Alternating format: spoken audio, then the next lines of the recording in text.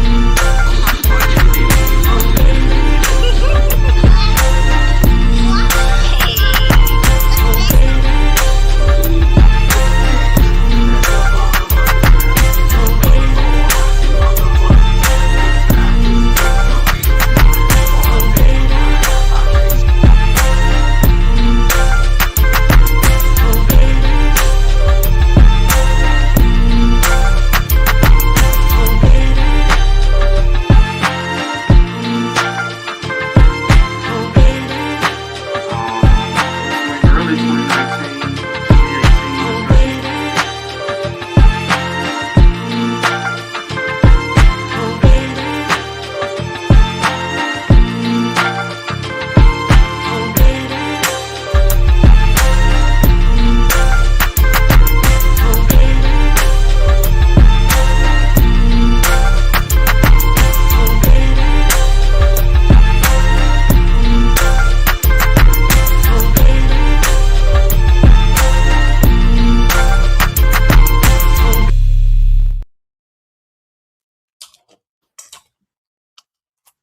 Lafayette, Mandela, baby for Hoodier. It's your favorite warrior, Black Panther, in the building today.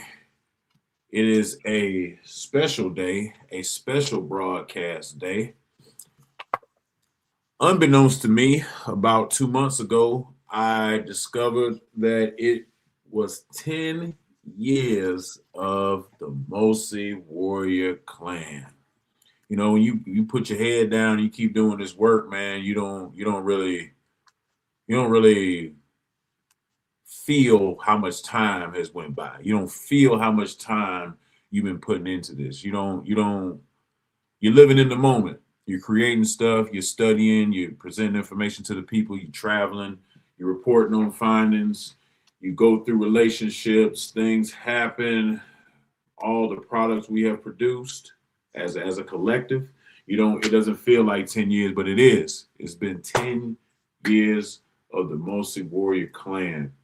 And I called up all the comrades because I felt like that needed to be acknowledged. And a good friend of mine out of Baltimore, Baba Imhotep, told me that you got to celebrate stuff like that. You know, he has his own company in PLM, and they celebrate their accomplishment, their milestones, so to speak. And people should do the same thing, no matter if you got 2 people or 28. You know, you should celebrate the milestones that you have as an organization. So before we get too far down this road, man, I just want to shout out all the members of the Mossi Warrior Clan. Shout out to brother Nahisi. Hope he can make the show. Brother Amin Ma'at Ra, author of I believe 6 books. It's 6 at least. My Senegambian cousin Aziz, who's always fighting pseudos on TikTok with the Meta. Shout out to him. Shout out to Fortune Favorite out of the Shy, talented brother, musically talented brother, intellectually.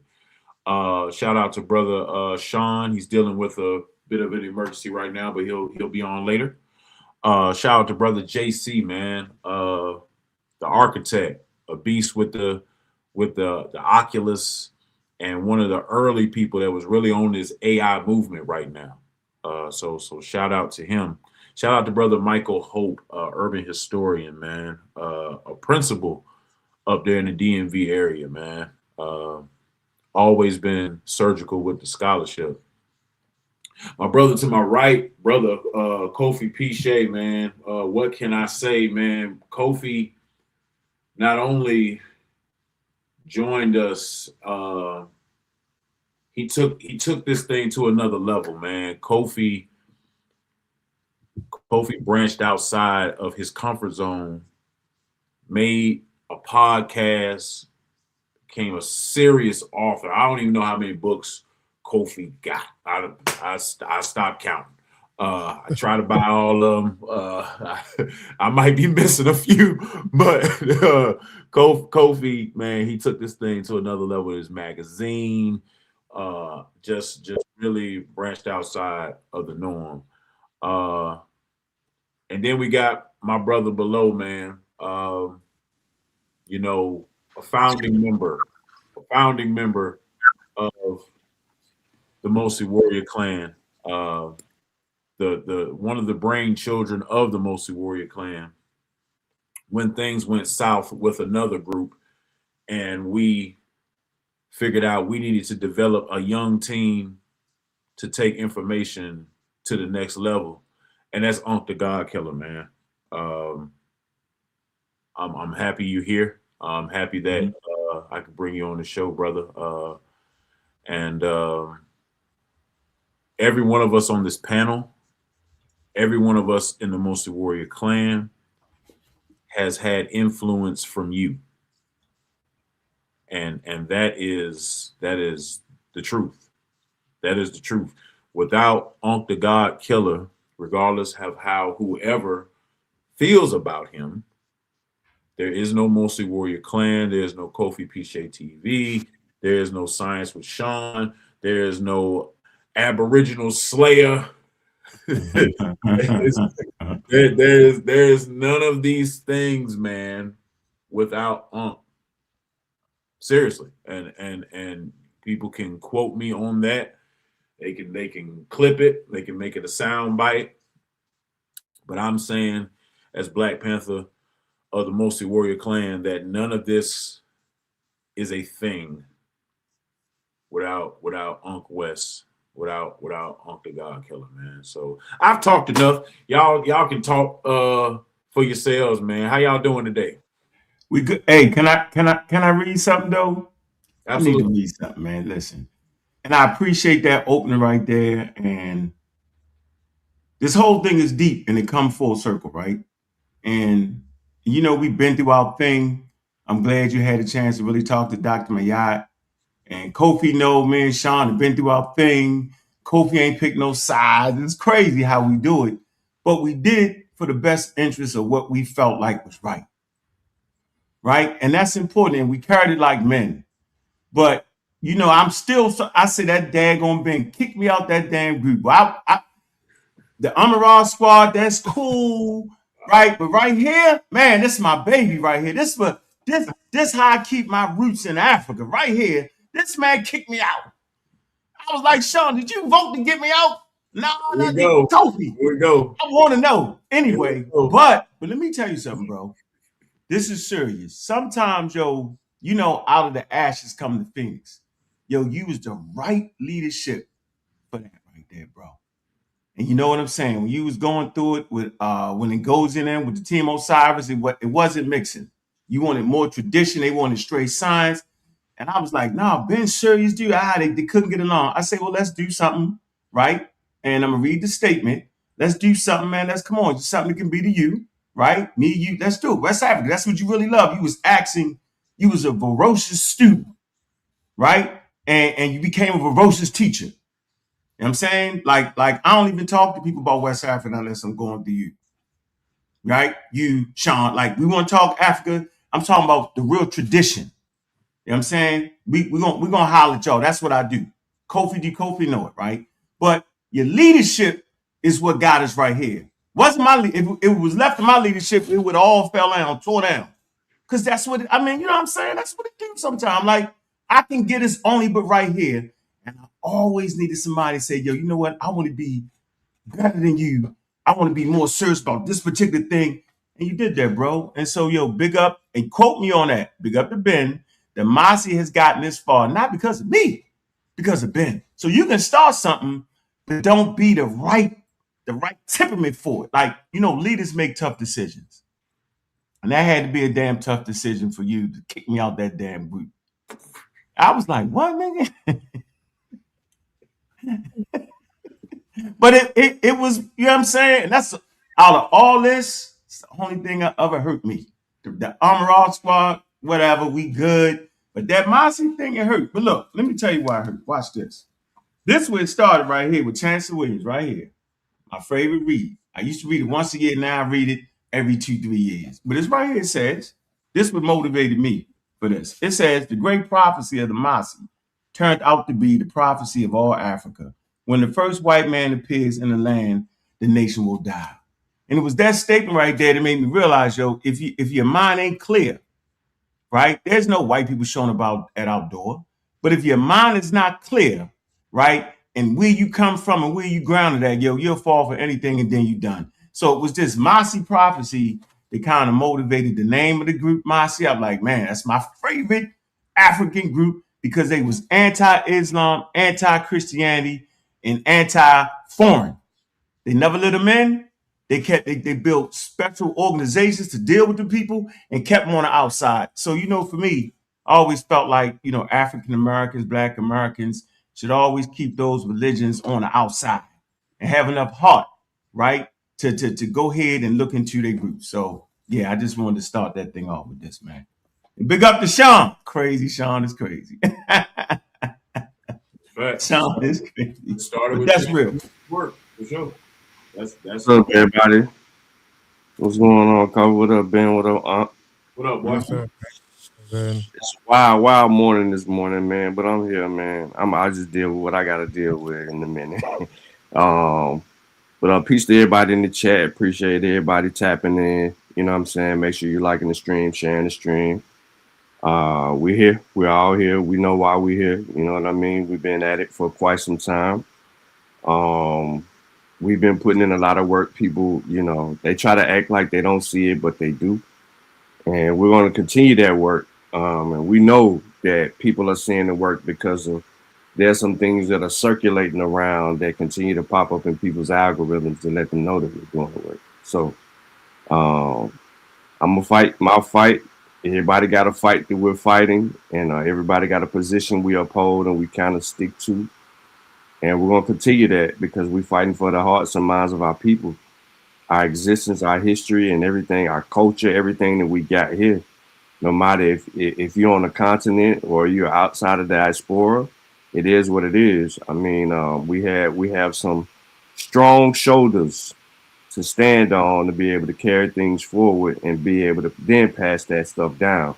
We do not want to pass down the misinformation and disinformation of people that are online right now that are going crazy, berserk with pseudoisms and just misinformation in our community, which is quickly and easily able to just find online. And that's because the algorithm will push out misinformation long before it will give you the truth. And we have to be critical in our analysis of all things that come through. Rather, I don't care what platform it is, but yeah, I just want to say good morning to everybody, man. It's your boy Sean P, and I'm glad to be here. Glad to have you, brother. Brother Enigma 99 says because of the Mossi, I decided to take my ancestry test to find our roots, and that's big right there because way back in 2016, 2015, 2014, when we were talking about, genetic testing, man, and Unc was spearheading genetic testing. It was met with a lot more opposition than it is today. But we were using that to give people a starting point, because as African Americans, we have a lot of different genetic variances from the continent. You're not going to find one specific ethnic group when you get your genetic testing. So we were pushing that not only for you to find out, your genetic origin point, but when you get all of these different ethnic groups, now you can learn about all of them. Now you can learn about West Africa, because we have to keep it historically accurate. Before we created this initiative, this Mossi warrior clan, West Africa was not in the forefront. It was not a bunch of TikToks about it. It was not a bunch of YouTube videos about it. There was no home team history. There was no these other groups that have come, and I'm glad they're here. Don't get me wrong. I'm glad that they're here, but they didn't exist.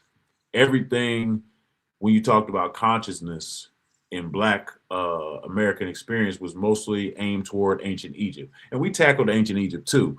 But as far as the rest of Africa, they were not at the forefront. They were not being discussed. They didn't have influencers and creators on Instagram and Facebook and TikTok and X, and none of that existed before we put together this initiative. So if the history is told correctly, you got to give us our credit for spearheading West Africa, Central Africa, and the rest of Africa to be learned about.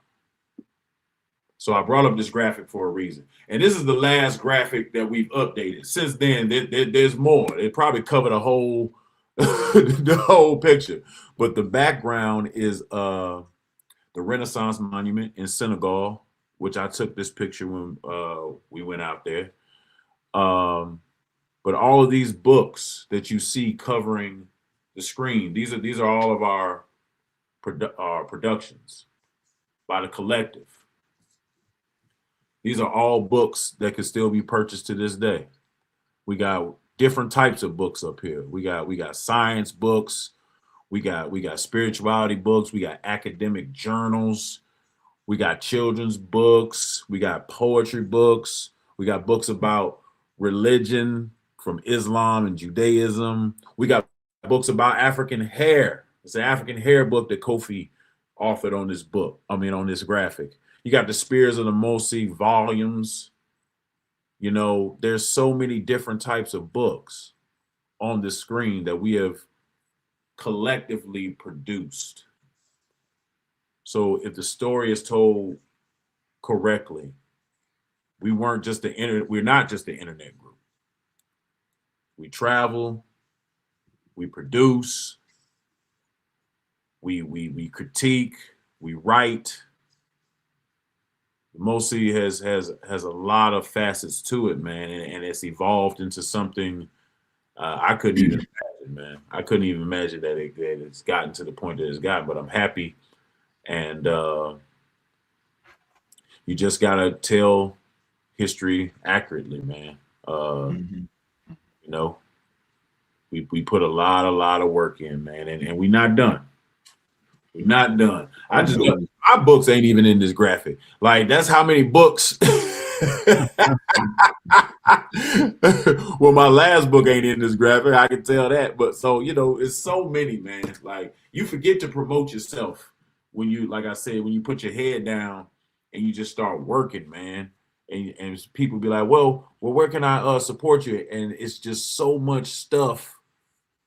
Like, you can't even tell them you be like, like, hey, you can go here or go there. Like, I try to put the link trees together, but it's a lot of stuff, man. It's a lot of stuff going on, man. Brother Unc got a whole astronomy club, man. Whole Yeah, Space astronomy, Age African Astronomy Club. they looking Anthony at the Bowman. stars. Mm-hmm. You know, Serious. Kofi got a whole podcast where he talking about authors and the way to empower yourself as an author to where these companies don't take advantage of you when you create these type of products. And if it wasn't for Kofi, I would have never known some of that stuff. None of us would. We were just putting stuff out. We were just putting stuff out, ordering wholesale, going to events, selling our books, having them on Amazon, having them on Lulu, having them on Blurb or whatever you had them on, and getting raped. Getting raped. Raw. Yeah, right. It don't make sense neither, man. It don't make sense for you to sell your intellectual property. You do all the work, and then you sell all your equity. It's your business. You produce a business and then give all your equity away. That just don't make sense. It just So don't we make sense. we gotta thank you for putting in, that work on What? that subject. So people now that they can create landing pages just for their books. People know now that they got other options to sell their books. You don't have to go. It's kind of like we were artists back in the early 80s and 90s in music and how they used to get hit over the head, and Kofi came with the Suge Knight. Hey, have you looked at your paperwork? Have you how Suge Knight told them boys in NWA and hey, have you looked at your paperwork? You looked at what Jerry Heller giving you? So that's on the tip Kofi was on, man. And then we had to adjust, like, oh wow, they taking this much. So it's just something you're going through the game, man. You're going through, you want to put out stuff for your people, and that's your main focus. But on the back end, somebody's taking advantage of that. So we thank you for doing that. On the merch tip, we got to talk about the merch tip. Came through years ago, probably about 8 years ago now. I mean, with the shoes, we was all over Atlanta. We was all over the A with the RBGs, man. It was at the August Festival. I remember it like it was yesterday. We was at the August Festival selling shoes. We were selling the joints that looked like the Chucks with the African on the side. It's a The first classic. RBGs and Stickman from Dead Prayers came through and bought some. We took that picture.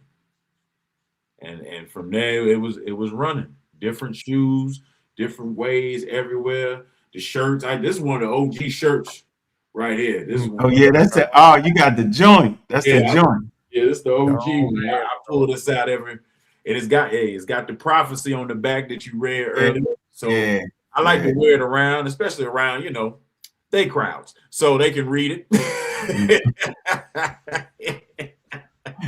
I be turning around as much as possible. What'd you say? I be wanting them to read it, but let me say this about Kofi. I want to say this, Kofi, man. You was like the perfect. You have a cake, right? And then you need to have that perfect icing on that joint to bring it all together. If the icing is bad, then the whole cake is terrible. You came and put the icing on the cake. You brought the professionalism to the publishing. You educated us, and you pick no sides, bro. That's hard. But we appreciate what you did, starting that brand, right? I even appreciate you moving in a whole different direction to build something, right? And you built that, bro. Like that take heart, that takes skill, right? To just break away from the whole thing and build something, and still be there and still come back and say, okay, now I'm ready. This is what this is. It's like how ideas expand. You got to be able to mix with other people. You feel me? Like different beliefs, different understandings. And when you do that, you come back with a whole different worldview. You come back better. You know what I'm saying? And I just want to appreciate you for having that heart, bro, and that skill set. And that's like the perfect, that ice on the cake, bro. Yeah, that be to you, bro. You know, me Appreciate and it. Sean might be warriors, but you, bro, yeah, that was it right there. That's it. Yeah, no doubt. I appreciate it. I appreciate all y'all, man, on the panel, man. I remember, like everybody on this panel influenced me. I remember. I'm gonna tell a story. I remember me and Sean being a part of the Shooow my knee meta. So we was real heavy on Kemet, and we went through um Wu class, and then from that class we didn't want to we was friends, so we didn't want to let that go. So we started the Shooow. Then Sean came later on, and then y'all had this, I think, this science conference somewhere in Atlanta, and this is my first time being introduced to Ben. And Ben was on there. Ben was just coming back from Kemet. He had just came back from Kemet not too long after did the show. So when y'all was letting him speak, I was wondering, like, who was this guy? Because he was talking a lot of stuff, and then he was talking about West Africa. And then later on, uh, what was it called? Sarnetta's TV, what's her name, took it over. He had the edition in Atlanta. And Ben came and did something in West Africa, did a whole presentation on West Africa. And that presentation changed my whole perspective and outlook. I no longer wanted to just take all of my studies, because I had a wall full of nothing but books that's dealing with Kemet. So that it made me switch up my whole thing, where I wanted to start studying West African culture and tradition. And then when Sean came along and joined the Shooow, and Sean was very passionate. And so I don't know how it came about, but we just started doing shows. We just started doing shows on Facebook. We started doing shows on Facebook. And from there, Sean ended up, like, we was just going back and forth. Like, if you seen Sean, you seen me. If you seen me, you seen Sean, and we was always supporting each other. And then Sean became a member of the Mossi. I didn't get mad at all. I didn't get mad at the Mossi when the Mossi was formed, and Sean became a member of the Mossi. At first, I was so happy for Sean. It was like, even if I would have never been invited to be a part of the Mossi, I was just happy that, you know what I'm saying, Sean became a member of the Mossi. So it was like, when Sean made it, it was like I made it too. Even though I wasn't a member, it was like I made it, because my homeboy, my brother from another mother, made it to somewhere that I'm hopefully want to be like, you know what I'm saying? And the Mossi became a measuring rod for me, right? It became a measuring rod for me, where I wanted to, you know, study and go hard. I wanted to invest more of my money into books, so I can invest more into my mind and understand more about West Africa culture and tradition.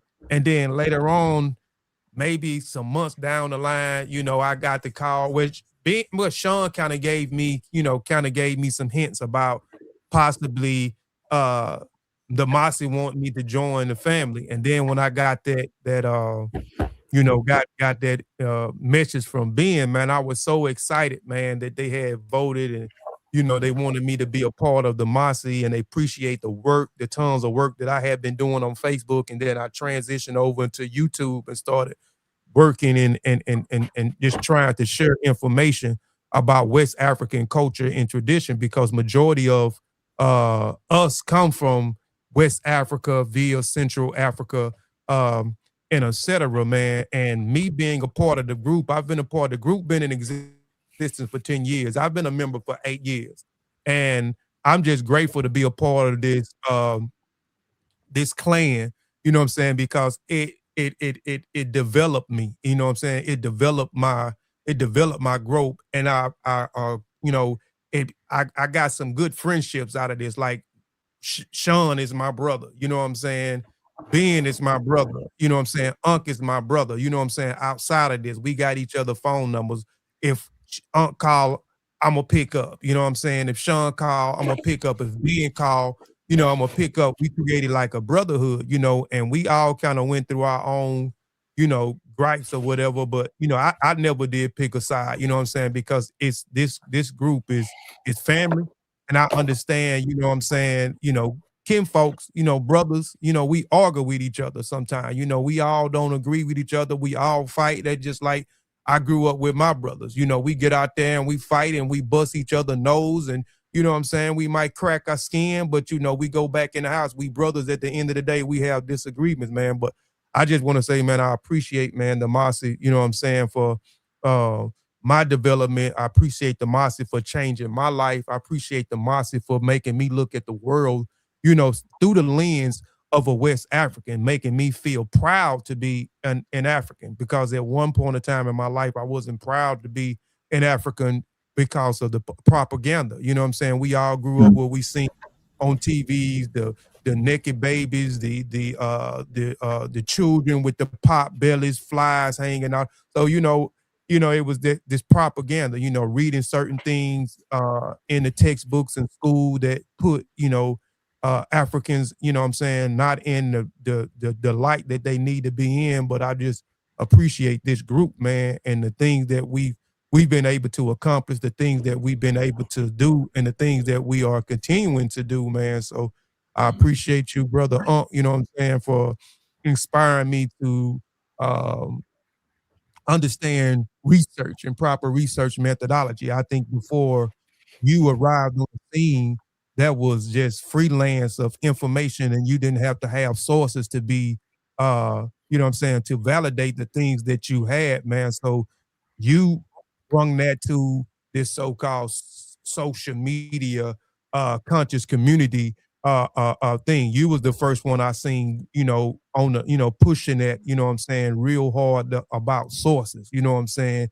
You have to cite sources, the proper way of resource, the understanding of primary sources, and et cetera. You know what I'm saying? So I appreciate, you know what I'm saying, what you brung, you know what I'm saying, to this community. You know what I'm saying? Because if it wasn't, I'd probably be one of those brothers that was out here freelancing information, without proper side, so I appreciate that. You know what I'm saying? I appreciate, you know what I'm saying, being for you know, being a student of West Africa. I mean, he went head first in it, you know what I'm saying? He became he got entrenched into the tradition. You know what I'm Yeah. saying?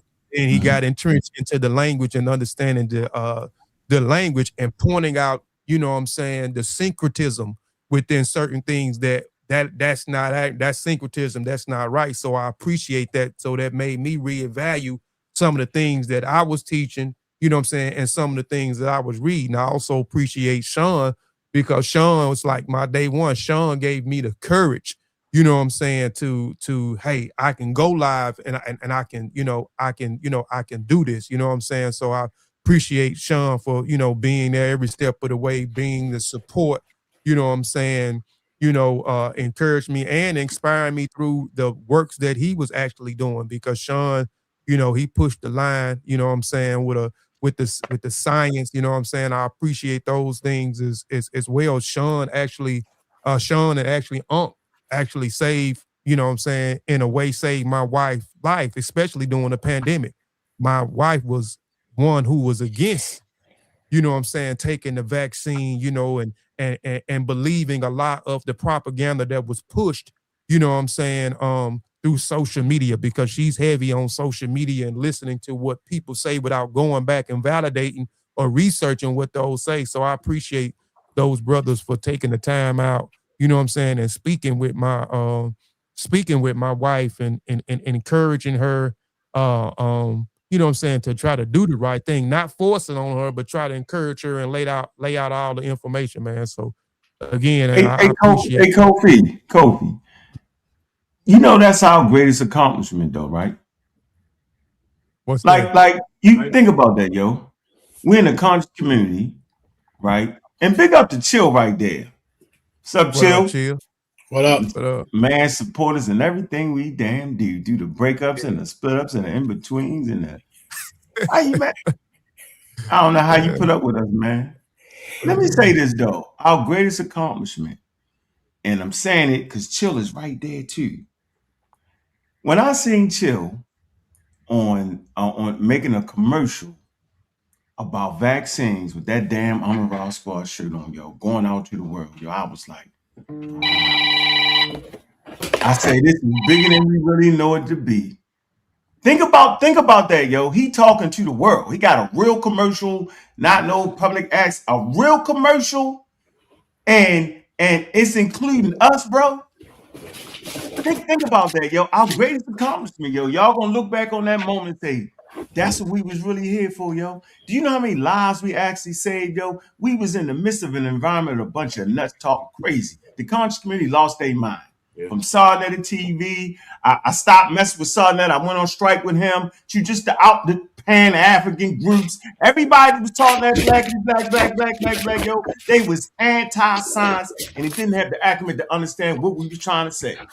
That boy Sean right there, me and Sean was like, we was about 8 months in front of the pandemic. You know what I'm saying? Whenever I need something, I call Sean. I say, Sean, I was in Mississippi talking to my family in Mississippi about vaccines. They was ignorant as hell. I was like, that ain't what that is.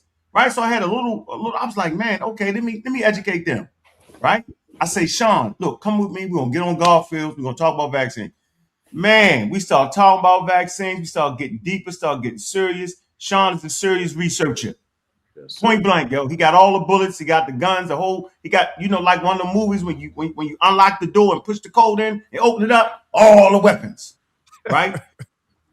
Do you know, yo, we fought a vaccine fight before the damn pandemic, yo? Do you know these boys had me ready for a debate against Robert F. Kennedy Jr. and Dale Bigtree? These are the biggest, largest anti-vaccine white people on planet Earth. Trust me, Kofi is the publishing house that produced the monumental work on vaccines. Easy to read, easy to understand, yo. Chill put us in contact with real doctors that had me and Sean there. And then he had some other doctors beat up. That's on you, Chill. We beat them. and to add to what you're saying, I feel like that vaccine hesitancy, we fought it in our own houses. Yeah, we fought it in our own houses. So can't nobody say it was for the camera. Can't nobody say it was for clicks or views or whatever. No, we fought it in our own houses. And we took it to the masses. We took it to black people. And to add to what you said, Sean wrote a serious book at a serious time. I get a job at the hospital around the same time. And I was stuck overseas in the Middle East because of the COVID-19. I was stuck away from my family for 16 months. I remember that. I was one of the first people to take the vaccine. And I recorded it. Put it right on the channel for everybody to see. I did a 30-day update every day showing people I was all right. So the impact of us collectively, crazy work. Chill going on the public access. Going on the commercial, doing his thing, debating people on science. John writing the book. Kofi putting it out there, publishing what needed to be published. Brother Unc getting on the podcast doing this thing, beating up people that say that they represent the medical community. We had people that said they represented the medical community and was lying. They didn't represent the medical community. they didn't even finish all their education and dropped out of nursing school or whatever. Oh, man. People lying just to preserve this narrative. So, as you say that, that's his accomplishment. Yeah, that's something I had. Y'all think about it. That's our greatest accomplishment, yo. And Chill. Hold up, before you go to Chill, when I picked up Sean and Kofi for the Mossi, first of all, I was looking for some help because I was doing all the damn shows for about 2 damn years, and I was tired. I said, I need some help. I need some young, intelligent brothers. Help me out on this show. I started looking in the community, and I found these 2 brothers, man. I just saw the passion, I saw the zeal, I saw the intentionality of two brothers that wanted to tell Africa's story in its accurate context. And I said, I need them two brothers right there, man. I need them brothers um, to so they can really spread their wings. Cause you know they was doing their thing with the Shooow, doing a great job, doing their thing with the Voices of Fire, doing a great job. But I felt like if I Right. could get them over here, they could really get busy. It's kind of like that guy, you know, on the team in the NBA. He getting like 10 minutes a game, but in them 10 minutes, you see he got some shit. We need to get him on the team where we can give him 30 minutes. We can get him 35. He can go from 8 points to 28. So that's what I saw, man. So that's why I got him over there, man. Because I was like, man, I think we could really do something special We hit together. the ground running. We hit the Oh, ground they hit running. me down running. They even hit me up. They be like, hey, can we go live today? I said, man, it's your channel. Go live when you want. Go live. Quit asking me. Man, let Chill jump in there, man. Cause Chill put us in. He put us in some debates with the vaccine. He helped save his city. He used his influence. If y'all don't know, man, he used his influence in hip hop. I'm letting him tell you about that. He didn't have to do that for us. He used his influence in hip hop to promote our message, man. And it just went viral, man. But go ahead, Chill. Talk to us, man. Yo, what's up, man? First of all, peace to the panel, man. I just wanted to jump in. I hit Sean up. I said, man, what time y'all 11 at night? 11. And he said, no, chill, we going on in a minute. All right, so I got a second. So let me jump in. I just want to say congratulations to you brothers, 10 years. Man, when I look at all of the connectivity, even of the brothers right here, and it expands far beyond this. But you know, you brothers have expanded uh, the collective intellectual authenticity to the culture. When I say the culture, I'm not talking about when they say like the YouTube culture. I'm talking about the culture in general. You guys don't know how far your message has reached on a lot of different topics. And man, I congratulate you guys for being on the front lines, on the back lines, on the wall, digging tunnels underneath the wall. Man, y'all do the thing. And man, big ups, man. Even you guys have influenced me on so many ways. Everybody on here has contributed to information that I have been able to go out and share. And when Unc was bringing that up, I was thinking about, in Cleveland, I had billboards, posters, bus stops, and people in the city was kicking my ass. Like, what the hell is Chill doing? What side is he on? We thought he was down with us. And anytime that I needed some information on the vaccine, and like I said, we was doing vaccine programs, debates before COVID. And man, I just wanted, because I gotta jump back off, but I just want to come in and congratulate you guys. And man, Kofi, man, everybody talks about it, how a stand-up brother you are, and you have maintained to be. I congratulate you for just being that brother that you are, man. Ben and Unc, y'all didn't know me from a can of paint. I first met y'all in Harlem. I mean, when I pulled up on y'all in Harlem at the debate, there wasn't a debate where the debate people didn't show up. Oh, they ran. You know, y'all didn't know me from a can of paint and probably didn't even know that was me talking to y'all. I'm just figuring that out. Yeah, I pulled up.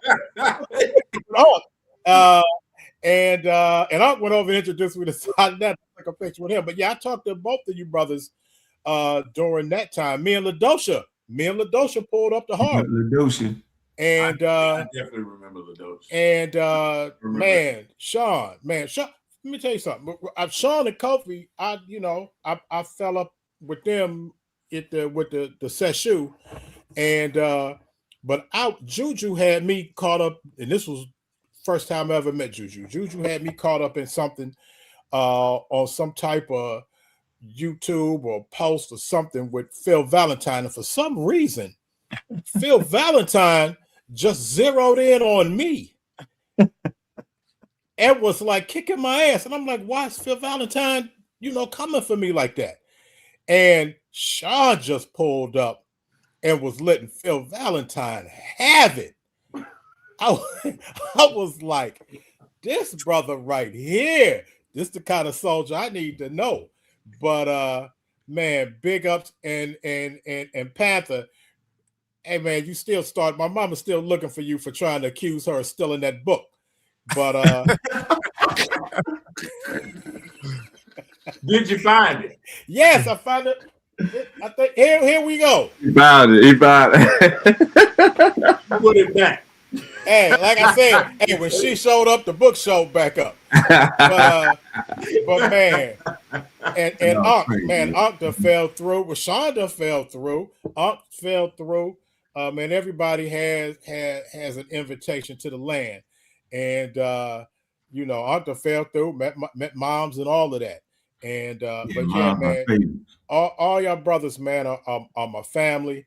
You guys have helped me in so many different ways and have helped me be able to help other people. So I appreciate y'all. I do got to run. August 21st, 22nd is going down in Cleveland. I'm being honored as Cleveland's first national rap recording artist, among other things, journalism. But hey, August 21st, 22nd, man, I want y'all to come down and celebrate with me. So I'll be getting more information to you. Hey, but 10 years, man, it was 10 years when I pulled up on y'all in Harlem. So I appreciate y'all. Big ups to everybody. Y'all break up, y'all come together, y'all wild, man. But anyhow, when the spiritual meets science, it's always the issue. Y'all wow. But man, I love all of y'all brothers, man, and peace. Wow. But I gotta jump out. All right, bro. Peace, man. Peace. Hey man, let me say something. There was a comment earlier I want to talk about because it gets brought up from time to time, man. People be like, man, why don't the Mossi have any women members? This is not for lack of trying. This is not for lack of putting it out there. We've had some women recruits in the past. It ain't work out. One woman in particular, I ain't gonna say her name. I ain't gonna say her name, man. But you gotta do what's best for your household. Yeah, that's real. And when your household is going in a pretending direction, she decided to go with her husband. So I told her I understood, and we just went our separate ways, man. That's what happened. I don't. But you had plenty of women helping out, like you know what I'm saying?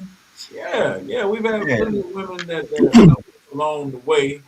Naya, you know what I'm saying, always was there. But it just hasn't developed in an official membership capacity. But I mean, it wasn't for lack of trying.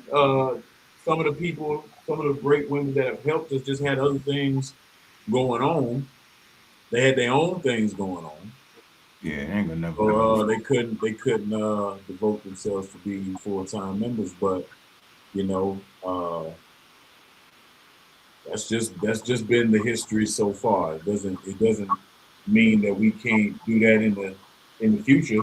But while we're on the subject, of women, there've been a lot of other men members that ain't, you know, let's just say they're not standing with us here today. So it ain't it's not a gender thing. It's No, not a gender thing. We ain't gonna call them names either. But it's not a gender thing whatsoever. That's just been the story so far. And you know what I think about when I think about the Mossi, man. We came in, Armor Squad influence, big things that were going on at the time. And that the word that has defined both groups, uh, the word pseudo. hmm Have y'all ever just sat back and watched social media now? use it. How that word is everywhere. Crazy. That word everywhere. You can't get on one platform, one video of a adversarial nature where they're debating, and that word is not said. And it's crazy because that word is the brainchild of Amara Squad. That world is the brainchild of Unc the God Killer, and it's spread, through the groups. I've wrote an article about pseudo. We've had merch about pseudo. Pseudo is in our books, and it's just crazy because we really changed the world with that word. Hey, Because before then, it was a wild wild west. It it was was the Wild Wild West. everywhere, like you said. Sources were not being provided. Sources were not, and were not a thing that was being requested. Nobody was asking you, "Hey, where did you get that from? Hey, where You did you?" just talk. Yeah, Mhm, people can just talk and be charismatic, mhm. and mislead people at your leisure. But when we started asking for sources, putting sources in our material, and calling out the pseudoscience information that was being produced, that was the game changer. To the Yeah, point you. where even the pseudos try to at least have a source of some Yeah, and nature. they always pseudo always died their source though. But they try. Hey, before they had nothing. They had nothing to die. They could just keep talking. Yeah, we was on their head so much. They was like, I gotta say it came from something. Yeah. But Ben, you remember? I'm not sure if you remember, right? I'll never forget this. We was on a show, and it was me and Gozy. I'm not even sure you was there, right? Okay. And we had what's the guy? Clyde Winters on the show. Clyde, that's my man. I call him Clyde the Glide. He was on there, man. He was talking about a 10 million year old bowl or something. And then Gozy cussed him out. He was like, look, you's a bleeping pseudo. So that was the first time that an elder in the community was called a pseudo. And it came from Ngozi. I will never forget this. I will never forget this. Listen, bro. I was like, oh, no, you didn't. No, you didn't. So I was like, wow. I So remember yeah. another time when you was on the show. It was rest in peace to Delbert Blair. Oh yeah, that was my man too. That And, was and my man said, the sun wasn't real, that it was the heat from the core of the earth. And and Ish lost his damn mind.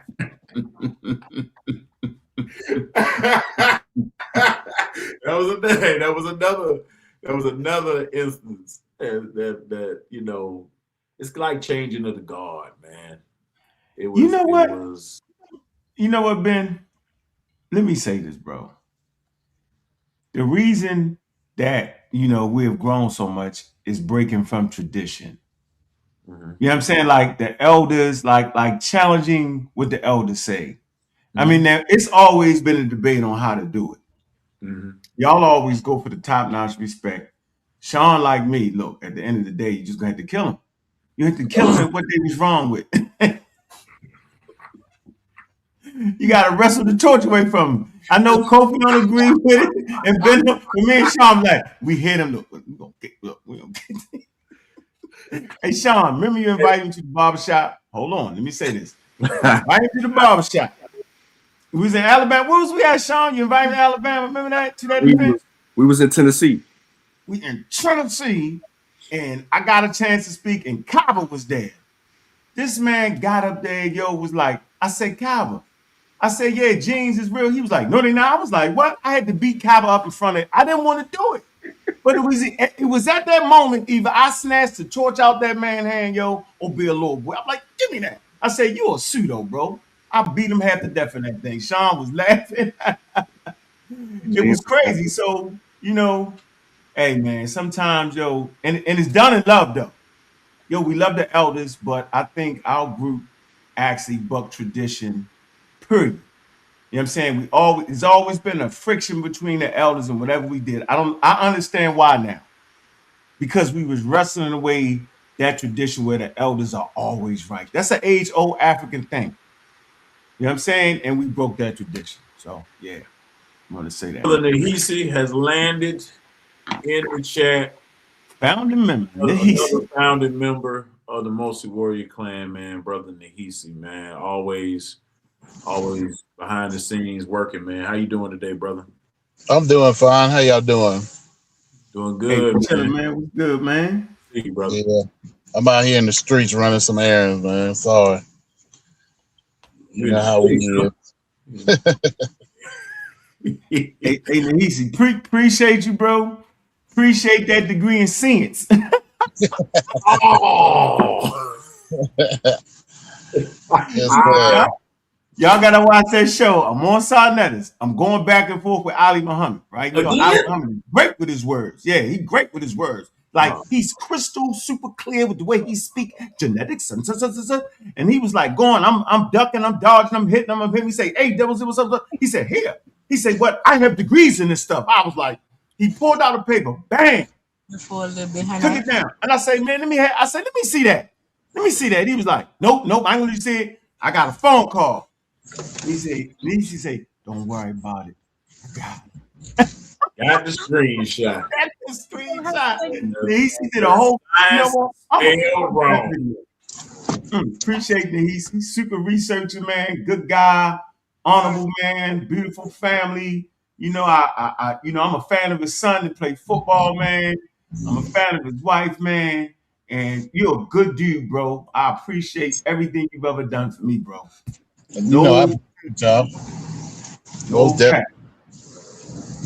Hey, man, I appreciate you for bringing me to John Henry Clark's grave site in Columbus, Georgia. I had no idea he was buried there, brother. And he was like, man, he's right down here, man. I'm right behind the 3 legends all day. I said, man, bring me there. Yes, sir.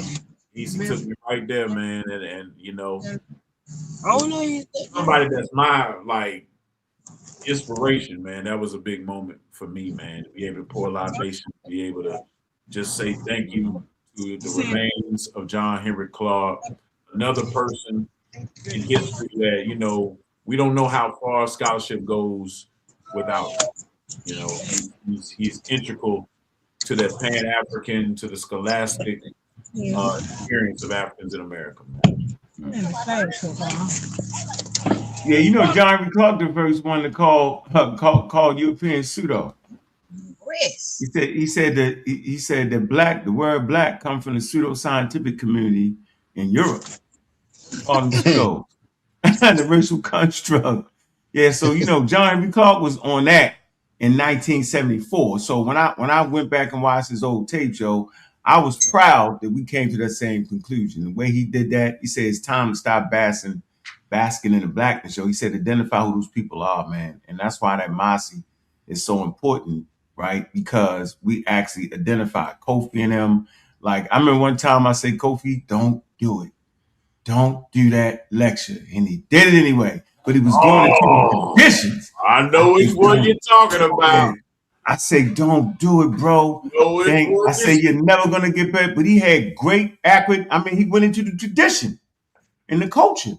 And that's why I ain't even going to mention it. I know what you talking about? We was like, don't do it. Me and Ben was like, don't do it, yo. I said, Kobe, you might wanna reconsider this one. I looked up, it was on the channel. I said, It was damn on it. there. I was like, oh, the women was killing them. But you see, you know what I mean? Oh, wow. Anyway, I ain't even gonna mention it. But I'm saying that, you know, the Mossi identified like African tribes and clans. Ben actually learned an African language, speak it. I think this is important to get entrenched in the culture. He always asked me a lot of questions about that, what that was. And, you know, he just took that, you know, he put some real seriousness on it. And I'm going to say this. I don't think Ben would be tripping off of science at all. I think Ben rather hear what the tradition was, right? Like we lived in the world without that word science. We lived in the world without any of that. We had our own thing to help us become masters of nature. In that time period, it was what it was. And I think out of everybody, you can understand and appreciate this statement, yo. Like I don't like to reach back in time and place what we do on them people. I think those people were very proficient in what they did, and they raised the level with plants, animals, ecology, how to conduct themselves with men and women, how to manipulate their world to make them outstanding people of the world. Right. And I don't think they needed science to do that. I just think they need their own brain, their own mind, their own understanding. And I thought they did it at the level. But it would take somebody like you, Ben, to actually speak out and say, yeah, man, they had their own thing. Now we can incorporate science and add that to it because that's what the world is. But at the times they was doing it, yo, they was renowned, yo. But you're one of the only ones that actually went back and routinely go to that continent outside of Egypt and really sit down and really learn the language and really understand the plants and really know what they're doing. And so can you speak to that? Because I'm trying to tell people, I said, y'all over whooping science. I said, that's a Latin word and it don't gotta pertain to them. They lived in an environment without that and they mastered what they was doing. You know what I'm saying? And you know, so for me, I think it's far more important to talk about what the custom, what the traditions was, what the medicine was. You know, how did they do what they did? I think that's more important than placing a new thing on them. That's just my take, bro. I ain't trying to drag into it because it's a wild conversation right now. I'm gonna tell you. No, You open your mouth. I get the conversation. It's a very important conversation. It's very integral.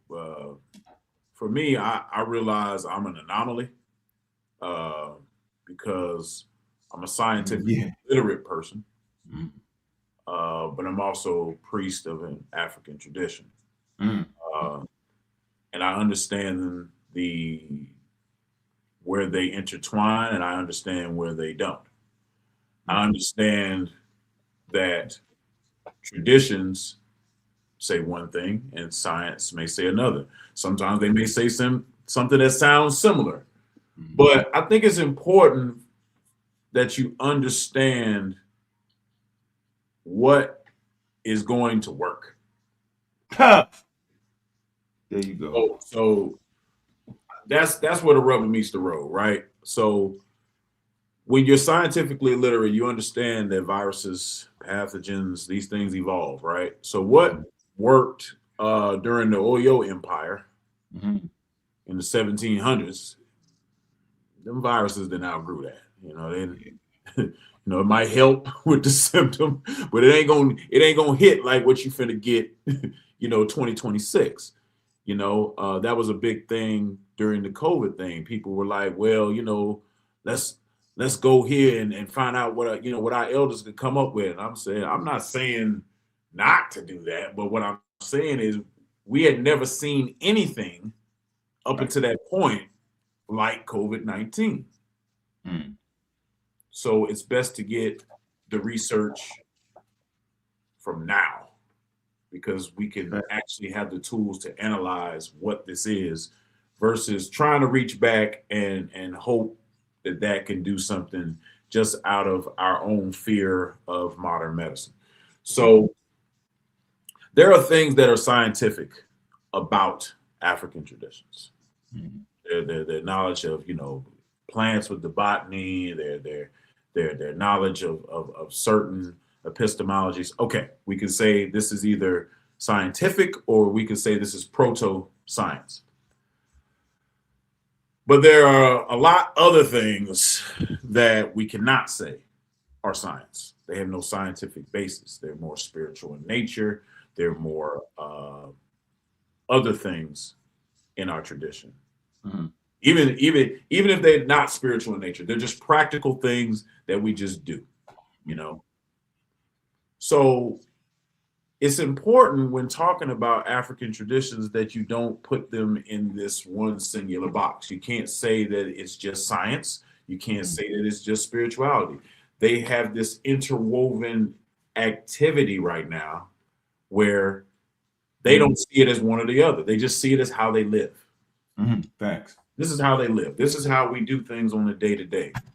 So whether we are studying what the animals eat when they're sick to try to make something for your snake bite, or whether we are feeding a shrine on behalf of our ancestors, this is not separate to them.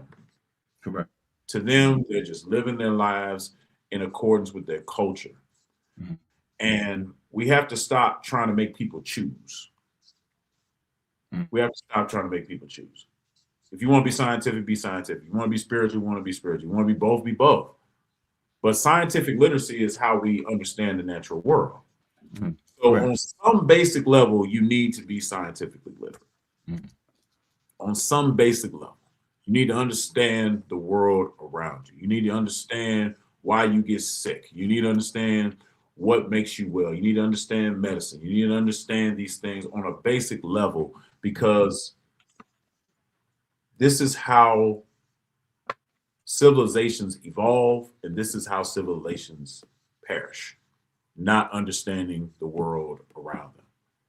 I think people have thought that I was anti-science because I went into the traditions. And I was like, well, if that's the case, why did I continuously promote Sean's book on COVID-19 Right. repeatedly? Why did I take the vaccine myself? Right. Mm-hmm. Because you got to understand, at the time where I was stuck overseas, it was the walls of COVID-19 is closing in. Everybody's getting it in my company. I came back, almost everybody had it. Then the vaccine drops, and I take it, and I monitor every day of my results. So it's like, oh, he can't be for this because he's for that. And that's just not how Africans live their lives even to this day. I don't know why people think they are antonyms. They're not. They're not. I'm telling you right now, they're not. They're doctors on the continent that work with traditional priests now. They got whole initiatives in some countries where they're trying to learn from each other. Well, what do you do? Well, what do you do? So it's not. Man, hold on, man. You know what? I tried to tell somebody that. I said, don't you know that the pharmaceutical companies and doctors, they actually go back to the traditionalists and had a conversation. I said, and what y'all don't know, because somebody on the continent told me, they say what you don't know is when you talk to a traditionalist, right? And he's talking to a person that's dealing with your medicine, evidence-based medicine, you'll hear the traditionalists say, yeah, that's it. I wanted to be able to get to this point right here. And they exchange notes with each other. And then the doctor saying, well, I didn't even know you could even put that together. You know what I'm saying? I understand what the compound is, right. And they work well together. Mm-hmm. Science has never stopped going to these traditional places. No, they haven't. Because that's where a lot of the answers are. And this is before science. That's my whole point. That they was able to do things before science. They might not knew the why, they just need to know it worked. Right. Right. So the question is, it works. Yeah, so why do they have these conversations about the plants back and forth with traditional science? And by the way, a traditional village can have kids that will go to the universities and come back and add to the pot. See, that's what people not getting. It's called Africa was underdammed developed, man. And I keep saying this, right? 70 to 80% of the continent practice traditional medicine. They don't practice evidence-based medicine. It's too expensive. Right. and they not dead. Why is it that the population on Africa is the youngest population on planet Earth, and 80 to 70% of them practice traditional medicine? Think about what I'm saying. Sure. Really take a and think about that. How great was their medicine? Remember when they came? Hey, Sean, remember when they came to America? Onesimus? This is during the scientific revolution. Now, I know I ain't tripping. It's during the scientific revolution where Onesimus comes and bring a high-level medical technique called virilation, bro. But how could West Africa have a high-level medical procedure that would be the precursor for vaccines, and they don't got science? Watch this. Because they didn't need science. They needed what they had. Whatever tradition that they had of studying plants was higher than the white boys. All day, every day. So I'm never saying that science was better. I don't do it. I see people, black owls do it. I don't do it. I say, well, wait a minute, bro. They had to send the information to the Royal Colleges, Boyston. He said, let me send it to the Royal College. The Royal College in England was like, hold on, that's man, they got a little something like that in China, maybe India. Y'all might want to go with that. And then they had those clinical trials, right? But I'm saying I respect African traditions. Yo, they was way better than what the Europeans had in the damn scientific revolution. But who you gonna tell that to, Ben? And they understand it. They just had technology, though. Right. The advancement is the fact that they were able to take that knowledge, put it together, and infuse it with the technology to advance it. Right. Right? Because you get that same technology. I think people get very You said it, Sean. offended about the terms, because if somebody says, okay, this is proto, or someone says, okay, they applied scientific principles, they're simply saying it didn't go through the rigorous scrutiny of today's modern science. That's what they're saying. They didn't have double blind tests. They didn't have this. They didn't have that. But what they did have is they saw that it was working. And like Unc said, they not dead. So it's working on some level, so we just gonna go with this. I mean, on the other side of Wonnemus and in his precursor to inoculation, you gotta understand that Wonnemus came from southwestern Nigeria. He's a Yoruba man. This technique that made its way to Americas comes from the priest of Obaluaye. Obaluaye is the Orisha of pestilence and disease. Deified it. Their whole priesthood is dedicated to the diseases, to the pestilence, to the healing, to the fighting with, to the understanding of pestilence and disease. They call his name is Obalu Aye, King of Earth. Now, why is a deity of pestilence and disease a king of earth? Because when the pestilence and disease come, the whole world shut down. We just seen it happen in 2019. Everybody shut down, everybody in the house, put your mask on and everything else. They understood that back then. And the Nupe. It's got to be a priority, is what they said. We are exalting this process because this has got to be a priority. When this happens, this is shutting down our whole civilization. This is shutting down our whole operation. We can't do nothing if everybody's sick. Deified. Gotta work. You don't gotta know why it work. It just work. We just gotta know that pestilence, disease, sickness, we gotta put that at the top. So when this happens, everything shut down. So that's why that made the traditionalists, like when people were going to get stuff done in the community, they knew that these practitioners had some level of knowledge and understanding that everybody else didn't have. So when the sickness would fall ill on the people, where they going to? They don't know what's going on. It's just coming from out of the air. So to them, they trying to explain it. Like back in the day, you used to say this all the time. You said that people didn't know what was going on. They created mythology to explain the natural world. So whatever fit inside the explanation of that, people just handed that tradition down. Now we understand what this story was really saying because we have the information that they didn't have before. Right. So now that we had that information, we can look back at it. That's why in studying West Africa and studying certain cultures and understanding when we start seeing these certain deities for certain viruses show up in the culture, we then know like, okay, so they didn't know what this was, so they deified it and named it this, and this is a little emblem or something that they made to represent that actual deity. And then the stories that come behind that, we get it now.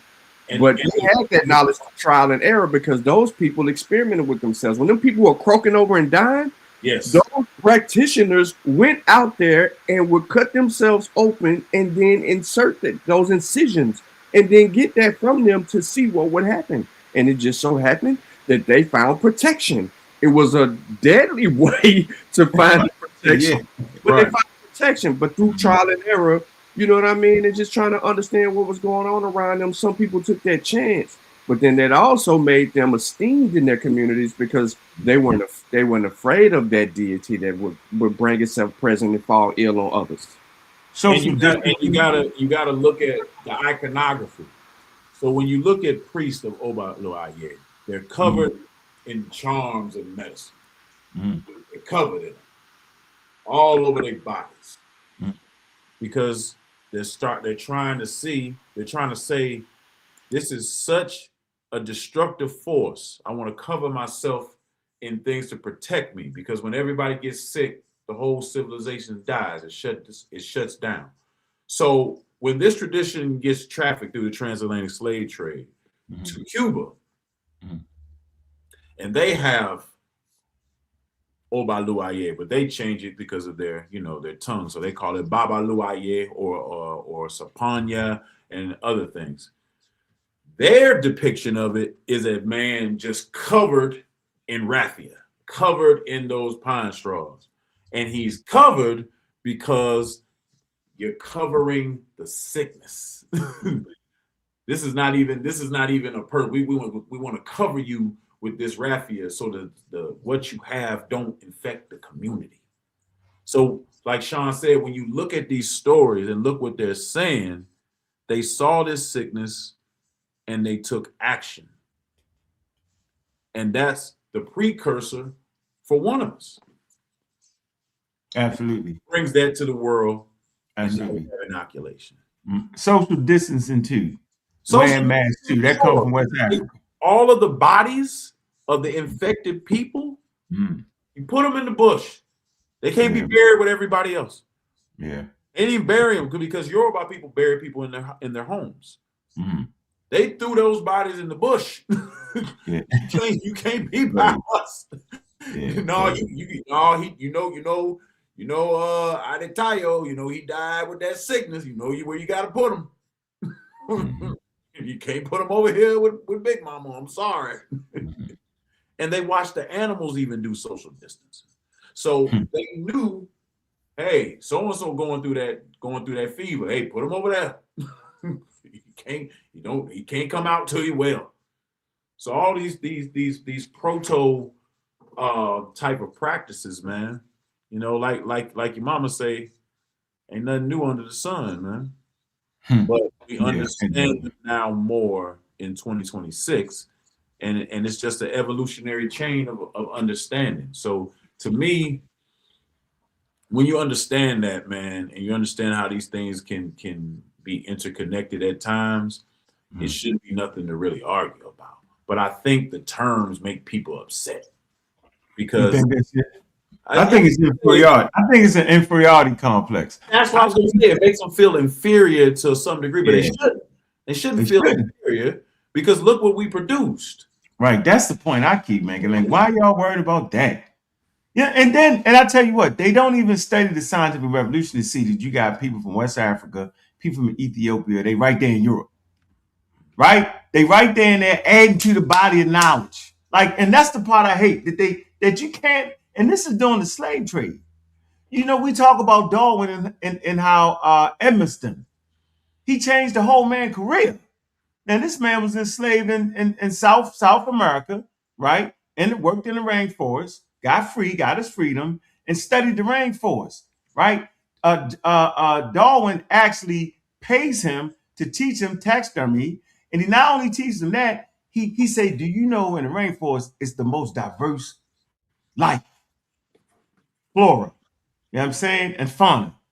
Darwin was like, yeah, so Darwin was going to be a medical doctor. He convinced that man to be a naturalist based off of him giving this grand idea of diversity. Darwin take that, make the trip, the global trip, and reaches his scientific conclusions, yo. But this, you talking about, you know what I'm saying, John Edmonstone. Look him up. Yeah. Look him up. So he wasn't, this is, look at the time period. So people don't talk, we've been talking about this for years. So I'm never thinking just because there was a scientific revolution that it wasn't indigenous African practitioners in the midst of that. There was. It's just at this time the learning center had moved to this particular area. That's how I go. Humanity is always on the case trying to figure out a better way to live. So, you know, for me, I don't feel inferior. I tell you what, because he was a bird stuffer, and he taught him, you know, taxonomy, and he taught him the things he taught him. You can learn a whole lot from them animals, especially on the butchering side. Yeah, that's the key. That's the foundation right there. As a butcher myself, I can tell you, you start learning a whole lot about the body when you start looking inside. You're like, oh, that's why. Oh, okay. Oh, wow. So with this, oh, you see how this connected? Because I can tell you how it's connected all day long, but when you see it, yeah, it's different. Aziz, get in here, man. Where my cuzzo at? Where you at, man? I put the link in the Facebook chat, man. Get in here, cuz. That's my Senegambian cousin, man. Yeah, but to your point though, it's some people don't know that. Some people don't understand that. Like when you ask Ben a question and he brings it out, or some people don't know about those stories regarding how they deified these viruses and the solutions to those viruses and stuff like that, because they're only focused on right now. You remember, like, since everything has context and we have to fully like understand it, most of our minds can't go back right 100 years or 50 years or see the world for how other people seeing it unless we have taken our time to properly identify that through history, through the knowledge that we could gain from other people and actually study those things. But since we're so like you know, the microwave era, you know what I'm saying, where everything is 90 seconds, right? I mean, that's the realm, that's the wave of the realm that we're fighting, and it's not actual knowledge that is obtained over time. It's actually something that is obtained in Google search or Chat GPT on a lower level to like fully, you know, get the grasp of that. But then not even going further than that or deeper diving in that to where it can continue to give you the context. And I think that's where the ball slips in that whole conversation. If who had science, who didn't have science, everything about life. And I learned this, right? Since we anniversarying it, I learned this years ago. In the Mossi, in the Amara Squad group, there's nothing but posts going up every day. Everybody's saying any and everything in this group. However, Brother Black Panther sends me a message because I really don't know. I'm just, you know, I'm searching. Sends me a message. Hey, brother, you know, check these works out right here, man. I think they'll be real good for you, especially on, you know, where you're trying to go. I received the message and I went and got the books. Started reading the books, I'm thanking Black Panther for that information. At this time that I'm being helped and prevented from falling for all the pseudo stuff, Kofi dead smack in the middle of it. You know what I'm saying? Kofi will tell y'all that because he in the middle of the pseudo stuff and the good stuff, and he trying to weave all of it out. And then here I am, I fall right into the correct circle of people, right? That was on proper research methodology, literature review. You know what I'm saying? Everybody was buying and investing books, but reading those books. That's how our catalogs got up. And then the whole time I'm having books and Kofi having books, but Kofi telling me that he got certain title books, and I'm like, wait a minute. You know that Unk book with the electromagnetic. No, he had that. Everybody had that one. Yo, No, the way Kobe. The electromagnetism of the arm. I remember that book. Oh, Boy. no. That book, like man. that book. Like so, it was certain books. Batteries in it. What else it have in the Yeah. light bulbs? Craziness. So Kobe's like, man, you lucky. He's like, cause the path you're on right now, I was on a whole nother journey. You know what I'm saying? Cause he was ahead of me in that. So he was like, I was on a whole nother journey, bro. You don't know how far I had to steer over to get myself centered, right? And so I gotta thank Black Panther for that because he was the first. I promise you, the first person I ever got a message from in the community that just put me up on game. And then from that point forward, I knew who I was dealing with because when the great debate happened, right? The Kemet versus the Hebrew debate, right? When that debate happened on Sonetta stuff, it wasn't polite that drew my interest because it was a critical moment in that debate. Yeah, he had the pizzazz and he could talk and he could humor people and entertain them or whatever the case may be. But in that moment where he needed primary research, he relied on the Amarat squad. Yep. He stopped the whole debate for the Amarat squad to come up there and deliver the facsimile to end the discussion with the Hebrews. And I said, oh, yeah, I don't even need to, you know what I mean? I listened to SETI, I listened to all them. They was all that. I said, yeah, I don't even need to listen to what everybody else saying. Let me see what these brothers is on and get the literature review and the information that they had and just stay right there because y'all was dealing with something that was top tier. But my point in saying all of that is everything happens for a reason because it put me in the circles. And then I was in the Shooow. And I was getting beat up in the Shooow, not from like a knowledge perspective or obtaining the knowledge at that particular time. It was about correction, right? And so what many people don't know, so like if I'm gonna be out fighting in the streets with every fool on the internet, like there was something that I went through before those fights.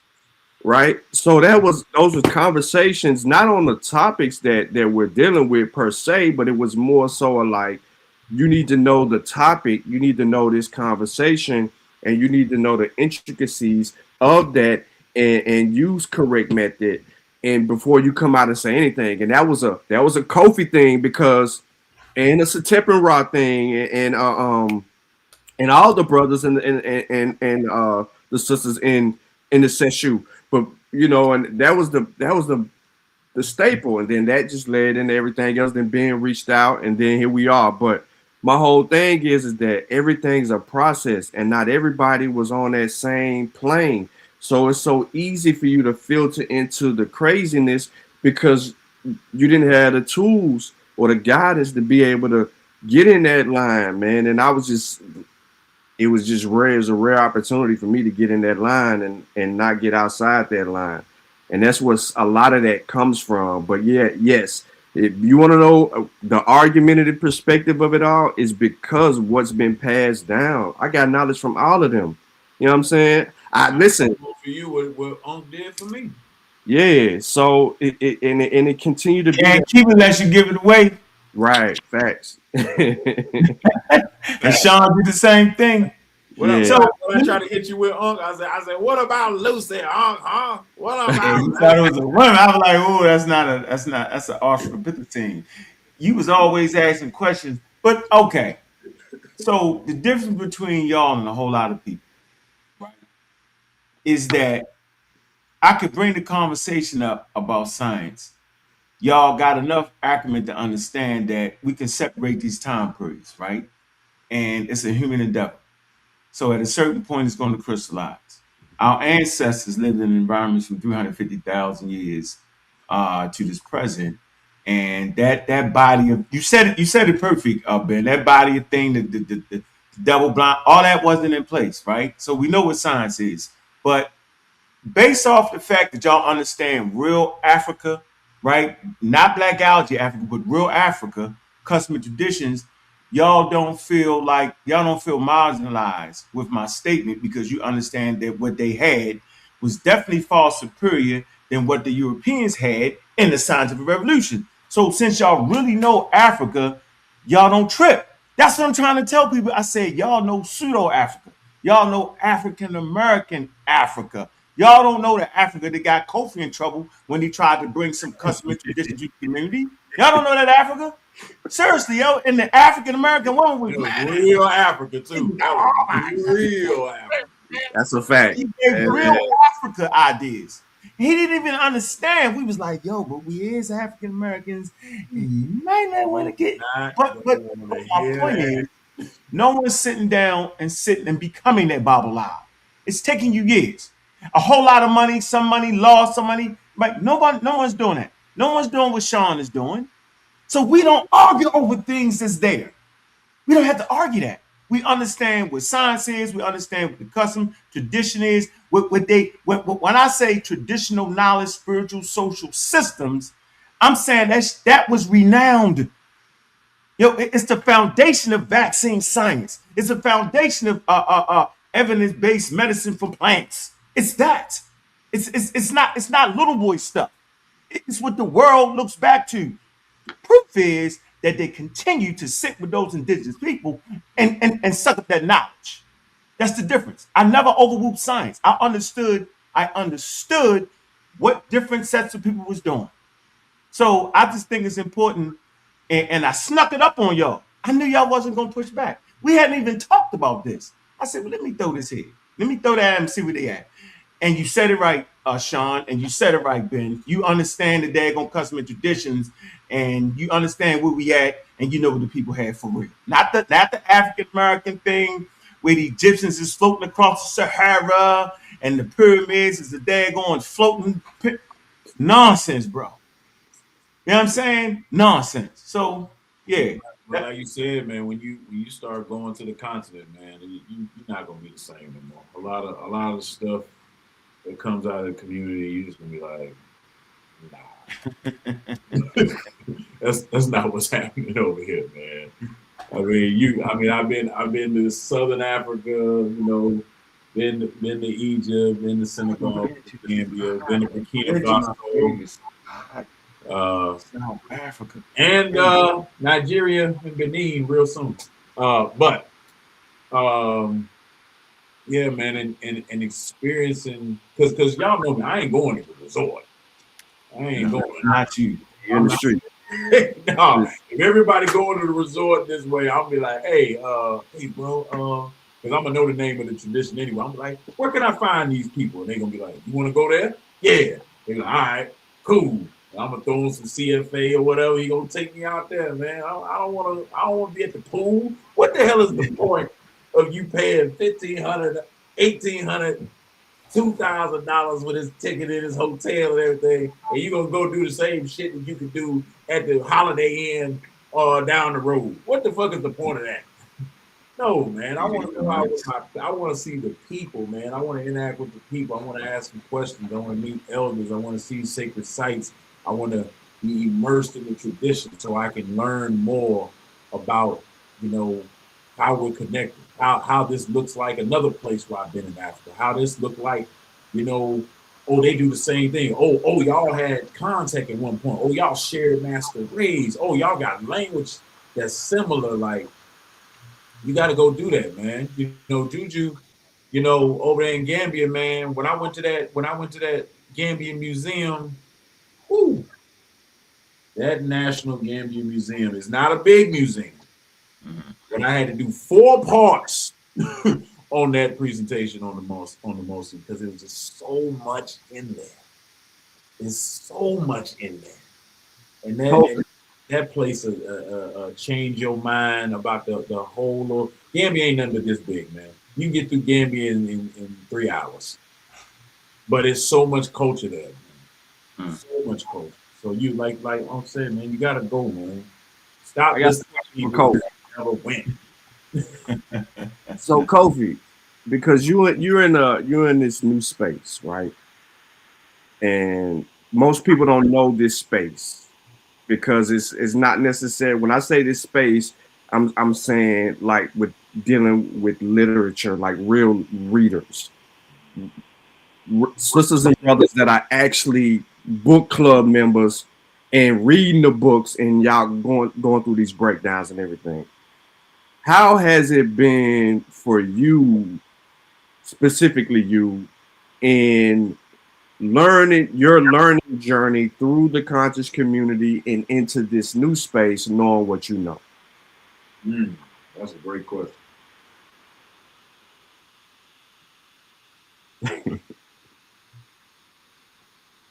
We You can't on hear you.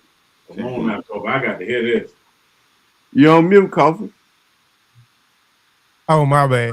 Say the question one more time for me so I can make sure I'm Yeah. registering what you're saying. So your learning journey, going through your learning journey and being in the space that you're in now, where you're dealing with people that seriously read, right? And get into, certain works that are not necessarily based on some things in your learning journey, but they're outside of that realm as well. So how has that transition been for you, learning all those things and then coming into this new space and then opening your mind up to a whole new group of people? Oh man, it's been good, man. I don't think I would have got what I needed being in the conscious community because I'm really pushing the line of we telling our own stories from our own perspective and from our own worldview. It's important at this day and time that we do that because if you go back and you look, there's book bans everywhere. There's censorship of information of what our ancestors and et cetera contributed.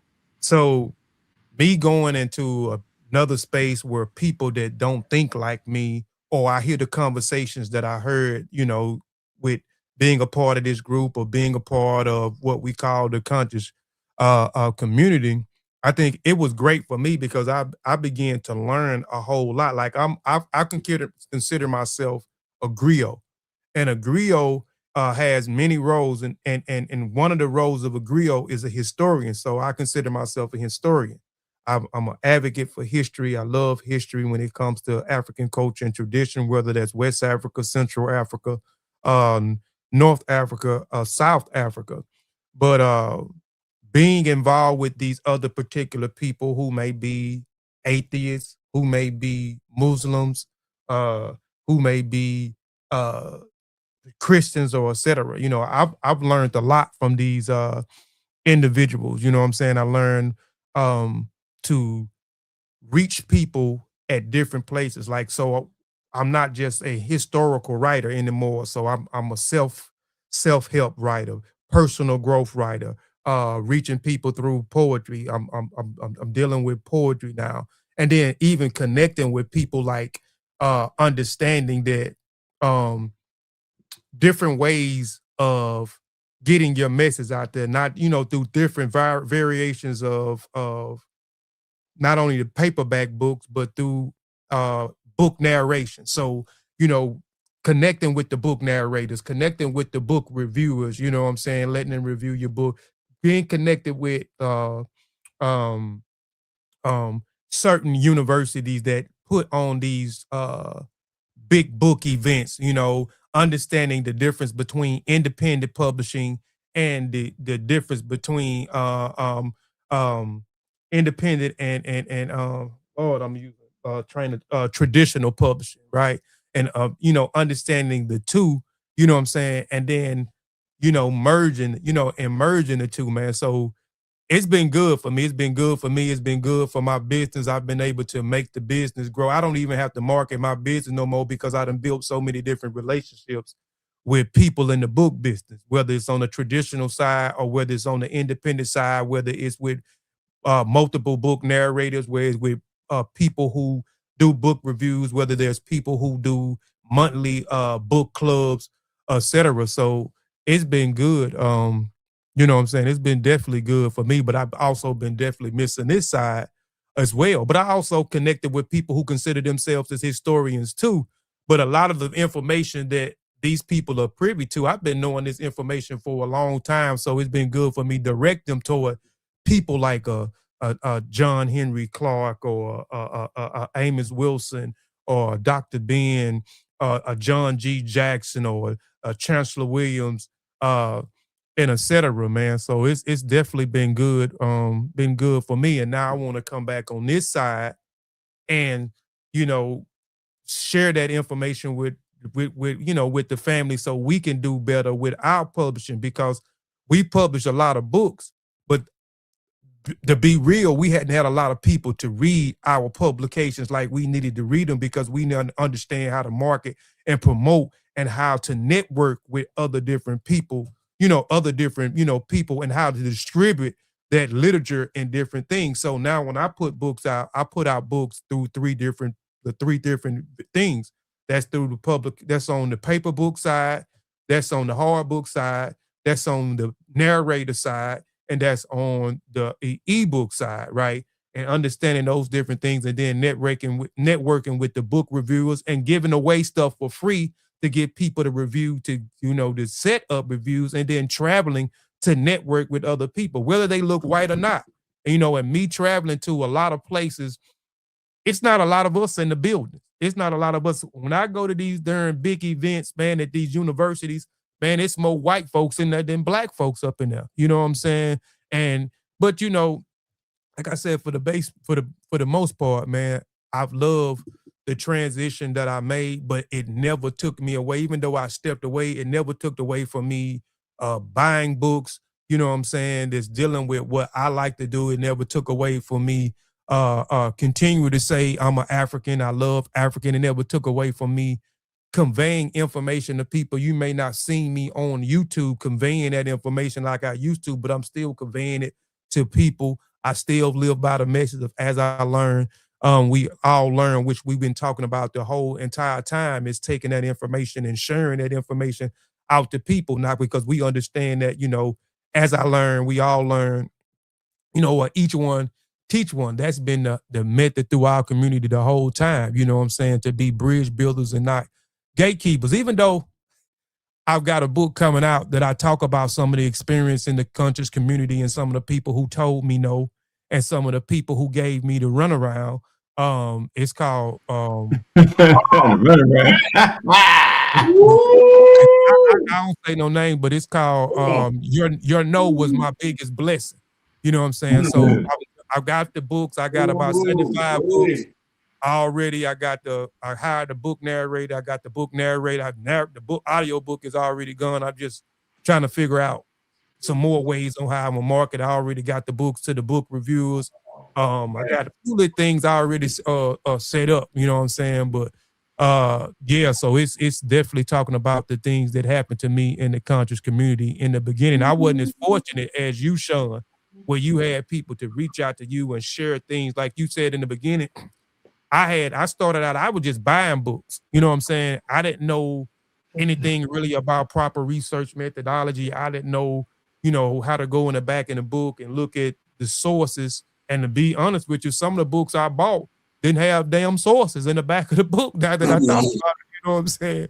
So, I was, unfortunate, you know what I'm saying? Even though I tried, I reached out to people in the beginning. It was just people would turn me down or people wouldn't, you know what I'm saying, or give me the runaround or say they're going to put me on their schedule. So I just tried to figure it out until I got with the Shooow and got introduced to Wu Jiao and got introduced to some of the other brothers and then got introduced to the Amun Ra Square. Actually, I didn't get introduced to the Amun Ra. I got introduced to Unc. Unc was at a park and Sarnetta was at a park. I might have been out in Atlanta. They was at a park. So I got introduced to Unc first and then later introduced to Amun Ra Squad, who started pushing sources and the importance of information and,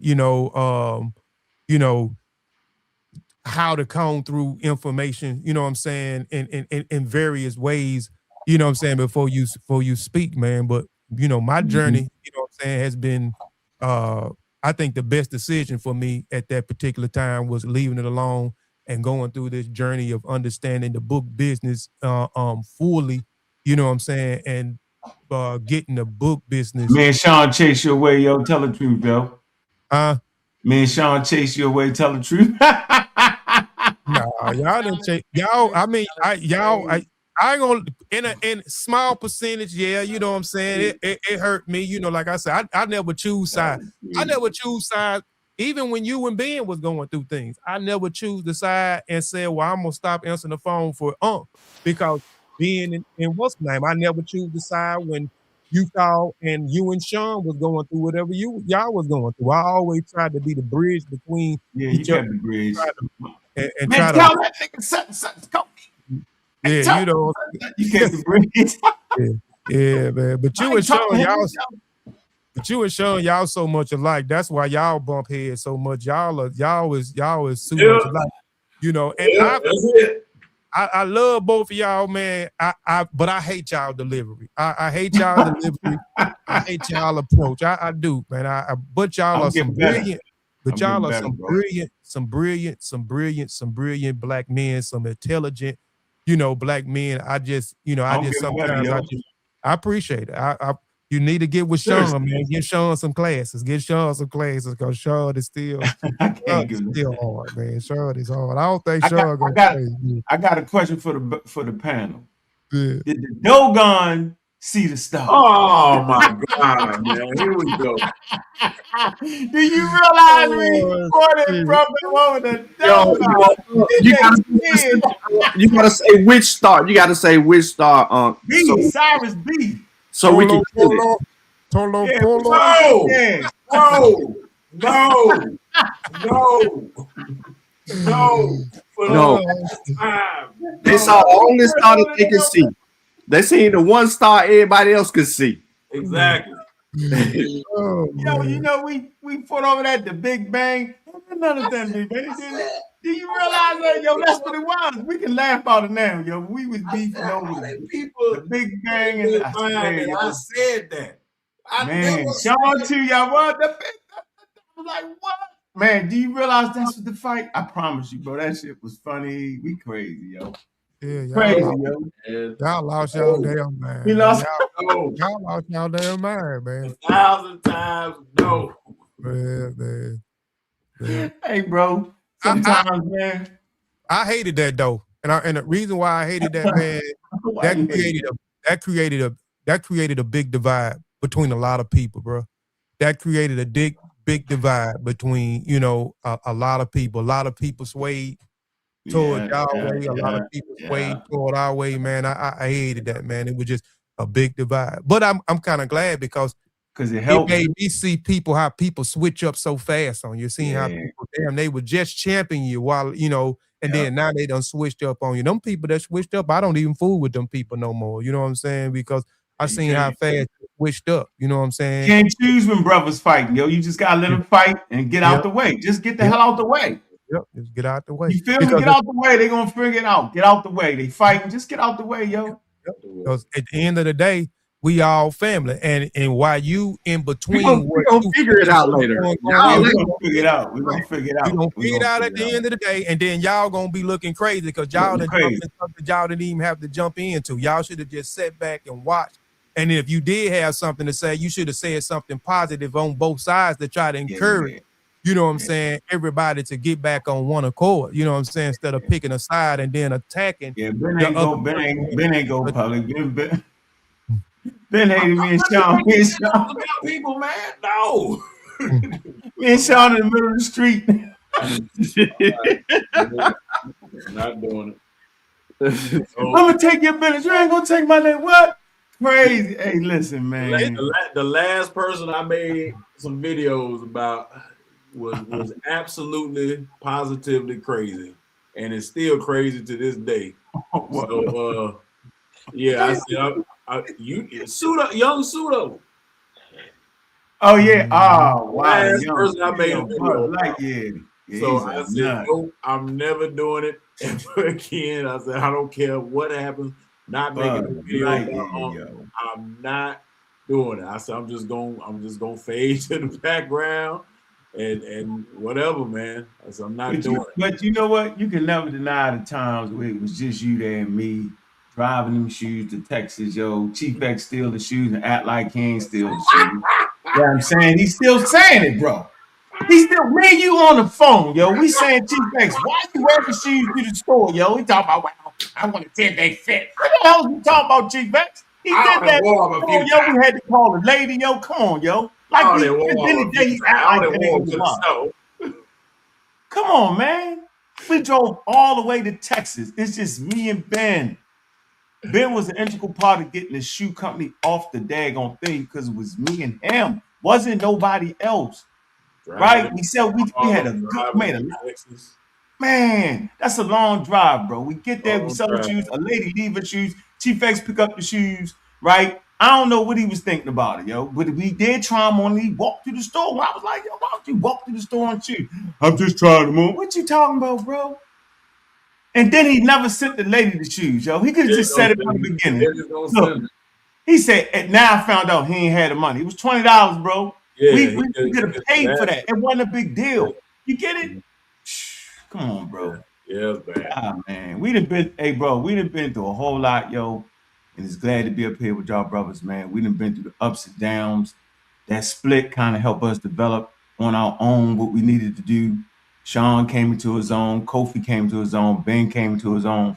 Sometimes your close proximity, yo, it kind of stunts your growth because you don't want to offend each other and stuff like that. Sometimes you need, as a man, sometimes men need to go to their own neutral corners and build their thing and look at each other and say, yeah, I told you I was gonna make you do it. Yeah. Oh yeah, I remember you was my man, yo. And that's actually essentially what happened. We got to go to our neutral corners, right? Get our own separate respect, right? Y'all came into your own without me, no influence, no nothing. And to be honest with y'all, man, that's all I wanted to see, yo. I want to see everybody do their own thing and say, you know what, yo, but that's mine. You know what I mean? And I think that's important as men. You got friends, you build things, you have influence with people, but sometimes, yo, you gotta build your own separate universe, yo. And that's what y'all did, and that's what make me proud. I'm proud, man. I'm proud of everybody that's doing what they doing, yo. I mean, because that's really the vision, right? The vision is, you know what I mean, build something for the community that built the legacy of at least trying to get as close to reality as possible, man. And I think everybody has done that and it's so vital. Like I say this all the time. I say, man, y'all don't know how much y'all actually done, bro. Y'all gonna look back at these moments and say, damn, yo, we did that. It wasn't no rules, it wasn't no regulations in the conscious community, yo. It was you say anything. It's the best speakers had the best chance. You know what I'm saying? Those that could talk the best, those that could say the words is clear, yo. And that's an environment I came into, and I needed help. You know what I'm saying? And y'all was the help, yo. So look, man, y'all don't know how we have shaped this community. Now we don't look at Africa as second place. Right. With signs, without signs, and signs, whatever they had, it was very serious work. To the point where science is built off of that. That's how serious it is, right? And it's not Black Algae Africa, where they float across the savannah, where they could do no wrong. It's not that. Ben go to the villages. Hell, Juju and got married in Gambia. She in Gambia. What she do? You know what I'm saying? It's think about it, yo. Our thing ain't Kemet. And she's learning. And Right. she's But our thing learning. ain't Kemet though. You get it? The conscious community is Kemet. That ain't our thing. You get my point? Like, that's not our thing, bro. I was always the Green Sahara. Now the Green Sahara is in the museums now. But we had already promoted that. I was already on that pinnacle point. You've been a pinnacle point already, South African cave. That's what our studies was. Maybe a song, Wuja and them, and Smash was in Egypt, but that wasn't our thing. We showed the world, at least our world, what Africa was for what it was. Not what we wanted it to be, right? Not how African Americans feel like, oh, they black people now. No, what do they call themselves? We always gave them African agencies. And I tell you what's funny about this, and I'm gonna stop. Anthropology is now saying what we saying as far as let the people speak, let the ancestors speak. They don't gotta be the authors of Christianity and they had the virgin birth. They don't have to have the one God, right? No, they had what they had. And that's why I did the same thing with science. Look, bro, why they gotta have that? They had what they had. Now, what they had, was it the level, right? In that time period? Was it the standard? Did they raise healthy, functional communities? Absolutely positive. Based on what they had, yeah. And that's But they also had to go through a phase of life and understanding. Like today, people will look at why were they killing twins? You know, so long ago, they didn't have an understanding of that. They thought one was evil and one was not, and it took development over time. The Right? reason the Romans was killing children that looked small when they came out. They didn't think they were going to be warriors. Yep. Same reason, bro. It's human beings, bro. Right. Just doing human being stuff. And just the natural world and just trying to you said it like I said, like a long time ago. They were trying to just understand the natural world. Can we put ourselves in the place of understanding it as clear as day? All this stuff we got around us today, they didn't have that. They didn't have a sense of any of that. So all they saw was just nature. And the one thing that we all learned and we all agreed with was that this saying is true to this day. What is nature trying to do to us? Kill us. It's trying to kill us. We're trying to prevent nature from killing us. Winning. There's aspects of nature trying to kill us for sure. Yeah, all day. Ain't thinking about you. I be trying to tell people viruses want to live too. Right. That's one thing I appreciate about the Mossi, and something that somebody can't say. We didn't sensationalize Africa. We gave you the good and we gave you the bad. Like you were saying, you know, how, you know, you use the word blackology, you know, where people be Africans floating on carpets in the Sahara, whatever they be talking about, you know what I'm saying? Or we had superpower, we can go out into the sun and get the downloads from the sun, from the what all this crazy stuff they was talking, you know, they talking about it. So I'm glad that this group, you know what I'm saying, we didn't sensationalize Africa when everybody else was sensationalized Africa like it was just this great utopia and we didn't fight with each other.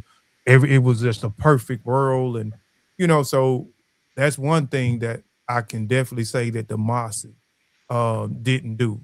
That was sensationalize Africa. You know, you can go back. We got tons of videos on this thing right now, this archive that you can go and look in to verify what I'm saying. And each one of those presentations, whether it came from me or Sean or Ben or Unc, when Unc was on the panel with us, etc. We, you know, we told the truth, you know what I'm saying, whether it was good, you know, or whether it was bad, man. So, you know, we kept our you know, so I definitely, man, appreciate that, because there's been so many platforms and so many stuff that I still see today. I won't give my energy to it, but people today are still sensationalizing you know, Africa, you know, and telling these false, you know, these false fairy tales about Africa, which, you know, is not true, man. I got a question though. There's through our journeys there, you know, you talked about people not agreeing with us because we went against the ancestors, those who came for us, those who works that we studied. You know what I'm saying? We've always been attacked by other individuals, and is that because? And even today, like, I'm a part of another group, and at times I don't agree with a lot of the stuff. I don't say a lot, you know what I'm saying, but I don't agree with a lot of the stuff.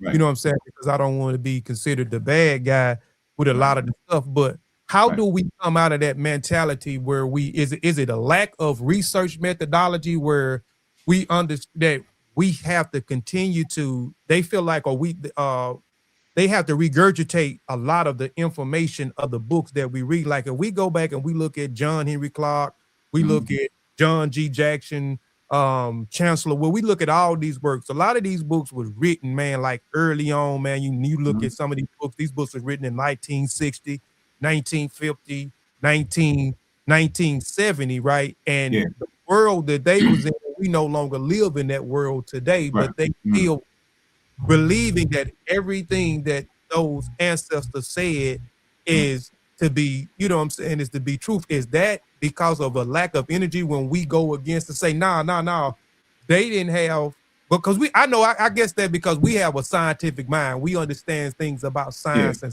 science is always involving itself over time. So is it a lack of research methodology for those people to continue to regurgitate that information that the ancestors laid out in those books that we talk about? Because we can pop off all these different books and names of all these different individuals, but is it? But that's what I'm saying. Is it a lack of research Let me methodology, and answer how that. do we Let me change answer that? that because I gotta get ready to roll. But to answer your question, yes. You got to understand that there are different types of people in this community, and everybody doesn't have the same role.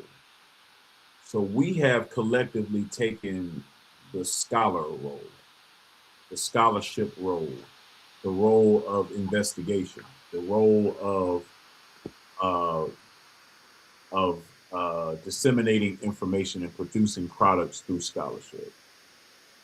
The people that you are most likely describing have not taken that role, but they understand information is important.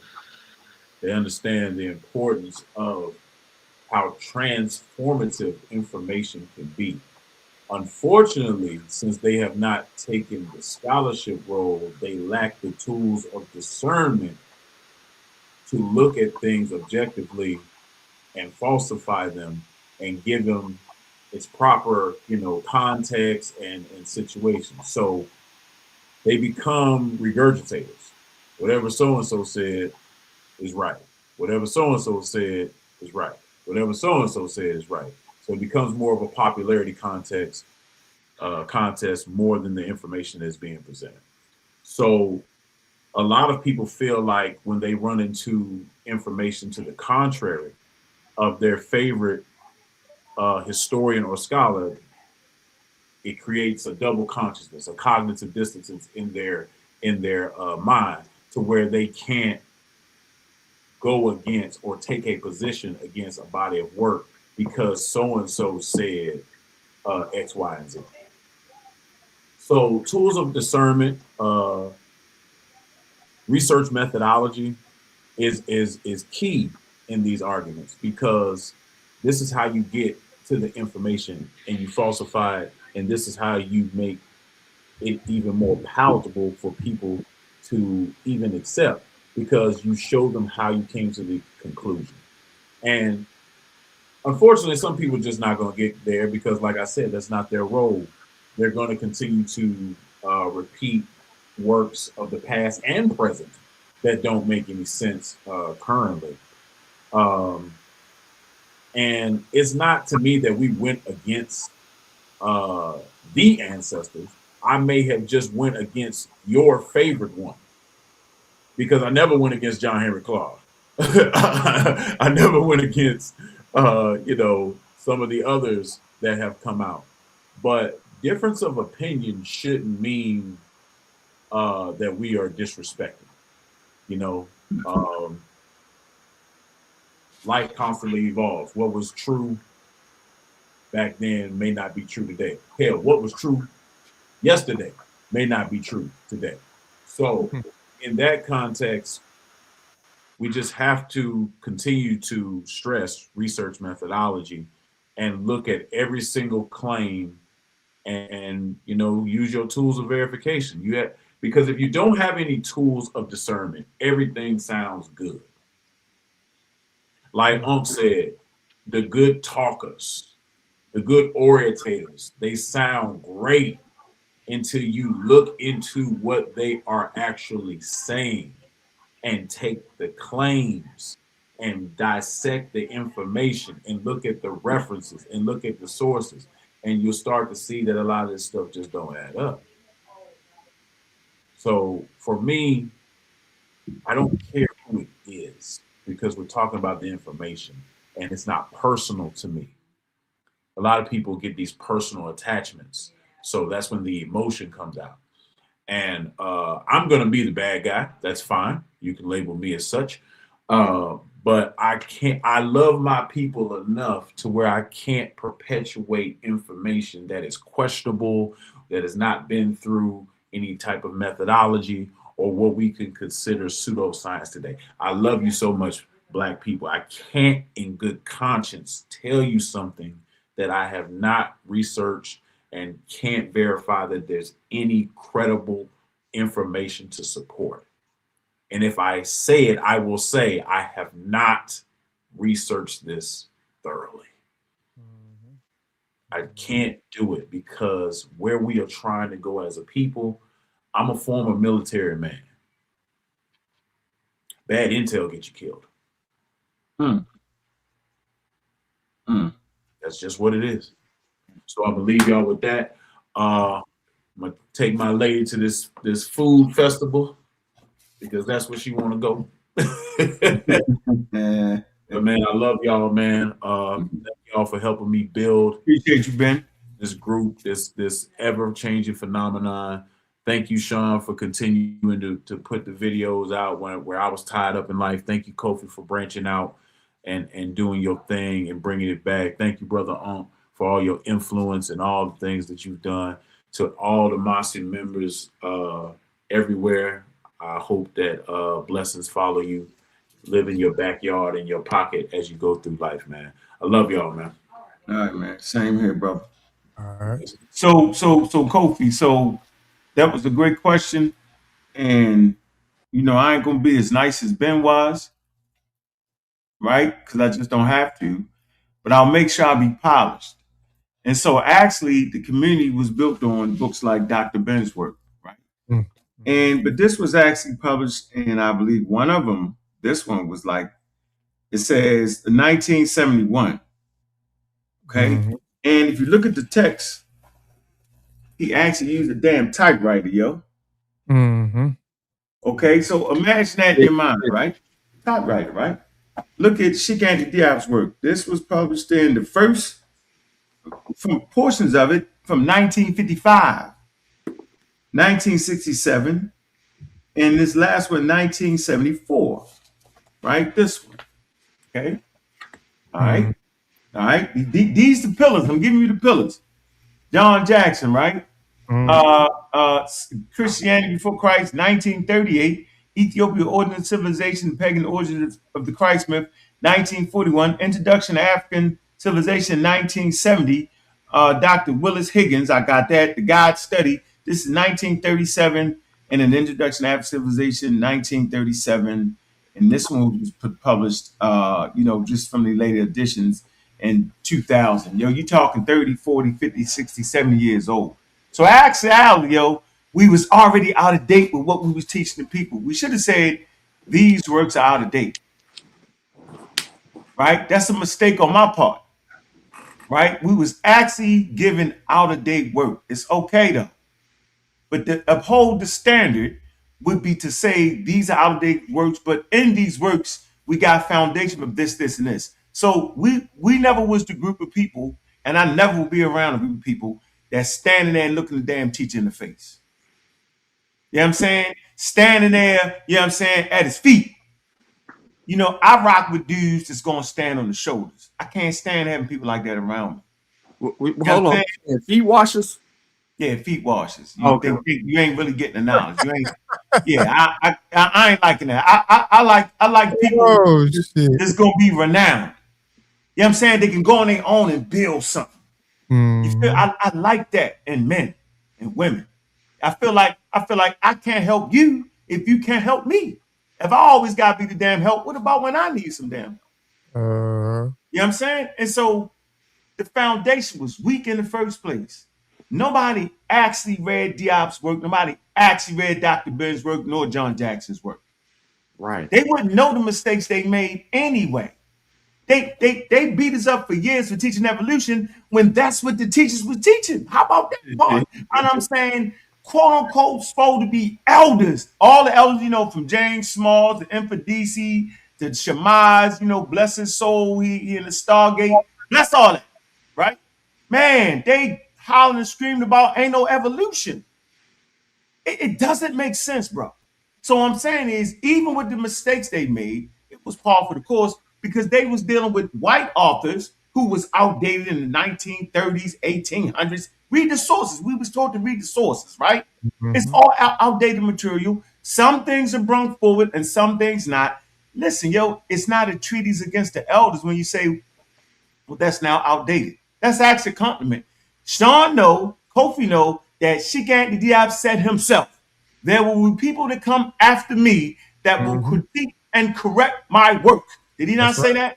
He Yeah. said, Right. That's So what how is that ever disrespect? We never was disrespectful to the elders. We was simply standing on their damn shoulders. But I can't stand on your shoulder if it's broke. If I'm bringing bad information forward that they got, right? Because we got periods of slavery. We not in discords. You know what I'm saying? You got to go to white people, Harvard, Yale, and that, because that's just what it was, right? And some things white people got wrong, right?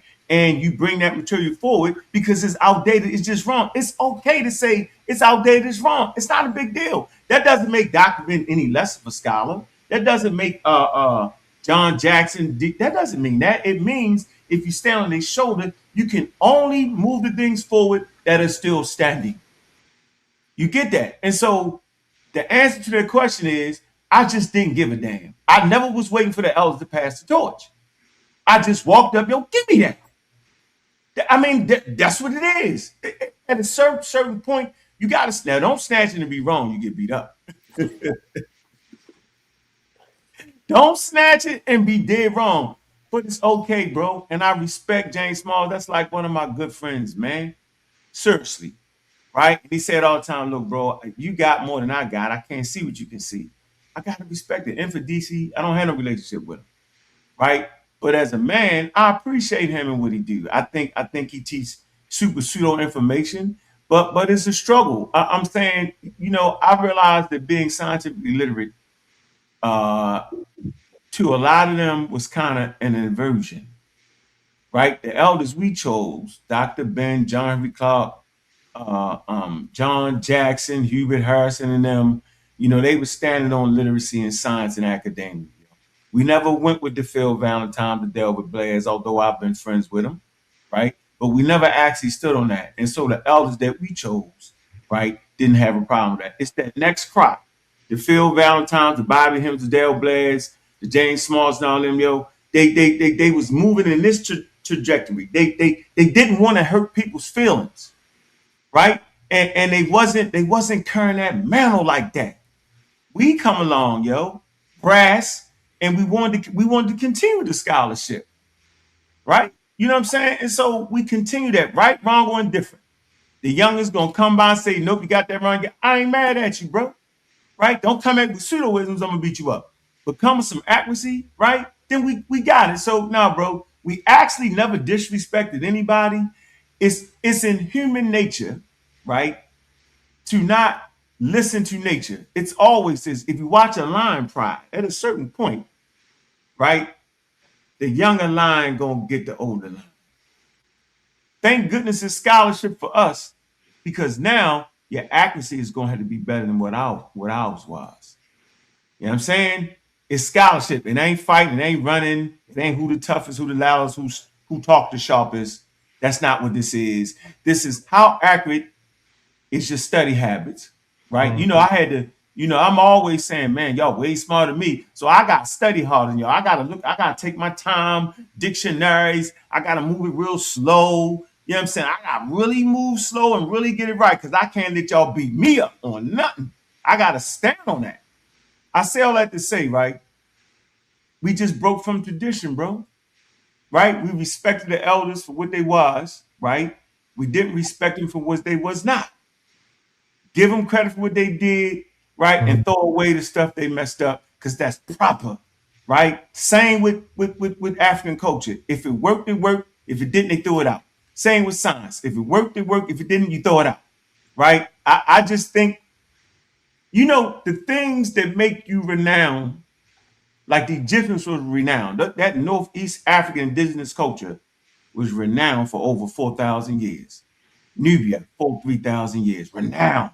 It was the culture, it was the transmitting of ideas, right? Through writing, through inventing this, through technology. I said they had team, technology, engineering, you know what I'm saying? Art and mathematics, right? The culture kept them here. But that same thing that kept them here when they ran into other people was actually their demise. So sometimes the thing that make you great at the end could be the very thing that make you lose. So you have to be able to shift. We're still hearing these conversations because we have made a shift, right? We have looked at our mistakes. We've decided to build on them. So if y'all can take any message to this, to have a vibrant community, the thing that make the community renowned could be the same thing that make the community fall. Be willing to change, be willing to learn, and stay open. I'll end with that. That's a good one. For me, Kofi, it's hard to go behind Ben and behind answering that question because it's the same interwoven into that. I just think that, like you said, when you say we broke tradition, we didn't break tradition in a negative way. We broke tradition when other people broke tradition.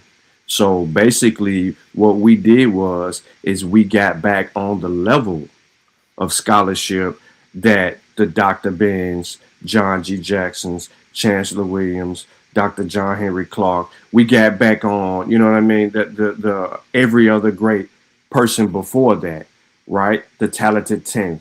We got back to that because that what got John Henry Clark in the door? Schomburg. Schomburg inspired him, right? So Schomburg inspired him.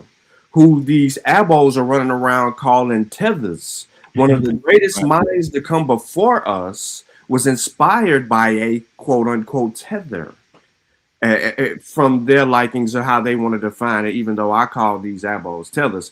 So we got back to that because the people that broke away from those people who were influential in producing literature and putting forth information out there to the community to educate and articulate themselves to the minds of the people who were left out of history books. Let's just be clear. Africa had no light shining on it. It took multiple minds, right? Even Europeans, but it took multiple minds to shed light on that. So some of our best works come out of not only our greatest minds, but also some European thought, because they're also referenced in that body of work. But there's also some pseudo-European thought invested into that to throw us off. So we had to go through the literature reviews and deal with that. Like I put up a short about Dr. Clark. Dr. Clark comes out in the lectures and tell everybody, if you want to impress me, read a whole book. Mm-hmm. Right?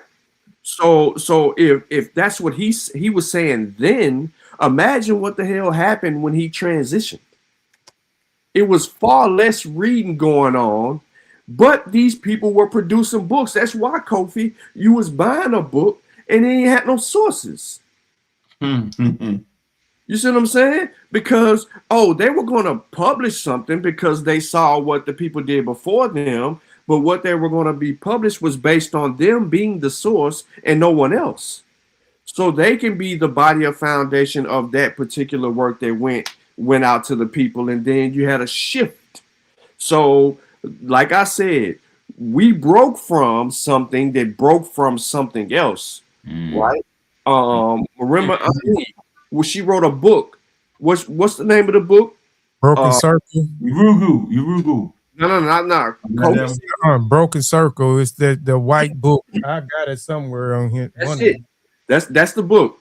The Broken, right? So all we doing is we're trying to come back to where we were and get people on that page. Because I will say this, and I said this years ago, and I'm gonna say it for everybody that's listening. Imagine Dr. John Henry Clark with the internet. Oh man. He doesn't co-sign the what's the caveman inheritance or whatever that book is called, the white inheritance. That's what it is. He don't Right. co-sign that book. He don't co-sign some other literature written by Europeans. He corrects whatever he had before him, and then he gets it on par to align with everything else that he was right about. The same thing with Dr. Clark. With John G. Jackson and Dr. Ben and all the likes, right? And I'm gonna say this, and I even believe in my heart of hearts that Dr. Ivan Van Sertima would correct himself. Yeah, me too. Had he had the information we have today, right? And then that in itself would derail a lot of the conversations or arguments that I just instigate or find myself in when I get caught up in the foolery, and I just feel like shooting my gun at people on those days. So, and I'm just gonna go ahead and say it. I do. I just wake up, depending on what side of the bed I'm on. I might just roll over if I hit the live button and start shooting at you. It's just how I feel. But no, I mean, ultimately, it comes down to the fact that, man, we're willing to do something that the people before us didn't do to follow up on the people before them. They didn't stand on the shoulders. They wanted to be seen in the same light. That's why there was a break from the traditions of what was laid before that. Think about it. You had a Renaissance period. You had the Harlem History Club come out of a Renaissance, Black Renaissance. So what do you expect coming out of the Black Renaissance and the whole history movement come out of that, and then we fall from grace? We fell from grace. You can't tell me that Delbert Blair. You can't tell me, and not to disrespect any of these people. Phil Valentine? Feel Good Valentine. Feel Good Valentine. Haba, you can't tell me that they were doing. Come on, man. You can't convince me. Like one, and I love Baba Smalls respectfully. What book has Baba Smalls published? No, he never. Yeah, I'm not right. Nobody's not.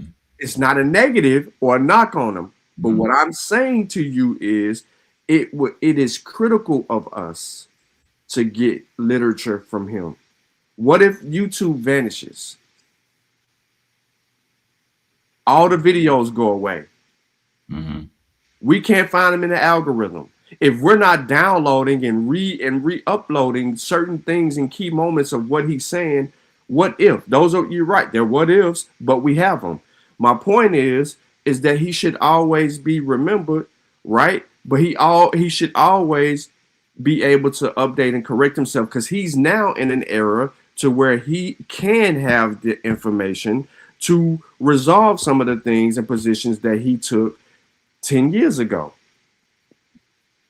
But now it comes down to will, and a lot of them aren't willing because they've been so heavily invested in after Dr. Clark and Dr. Ben passed away and transitioned, and all of those great authors before them and researchers and people that argue those points based on evidence and not emotions.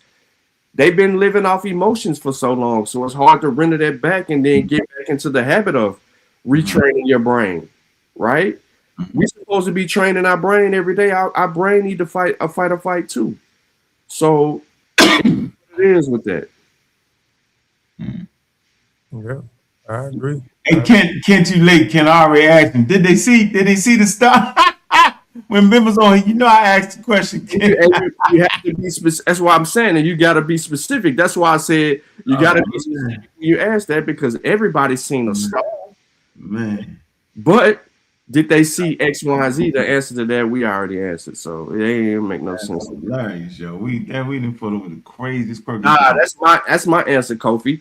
We break away. So I'll be guilty of that. I don't mind being charged with that. I'll look like the bad guy all day long, because with the truth at when you feel very uncomfortable and your feelings are invested. That's what the truth at. Until you get to that moment where your feelings are invested and you're uncomfortable, you ain't trying to get the truth. You're just trying to feel good. You just want to keep on playing on your bias. But when you get to that point of where everything's challenged and it's right in front of you, and you gotta go deeper, then that's when you're serious. If you ain't serious about nothing until you're ready to challenge your own beliefs. Yeah, that's Yeah, see, that's deep. that's a But how fact. many of us willing to do that? That's a real. That's deep. Hey, Kofi, did you get the email, yo, on the. Yo? I sent you the. I Did just man? I when checked you off sent on the. Huh? when you sent it, Man, because about a month ago. Check it. Check it. I'm gonna have to go through the whole. I'm gonna have to go Yep, through them. because I'm reading it now, and it's about time to put that out. I think I want to add the Needleham, the Needham question to it. I think I'm gonna have to write that. Bruh, I've been waiting on you. Well, you just improved. That's what I'm saying. You just And we improved other know, stuff. and we know again the book is 5 years. Nahisi Jr. So what is the No, this is stuff that you good. said? You said the stuff that you was gonna fix too. You said something you was gonna I add. did. I looked over. Yeah, I looked over the sources. I got the while we here.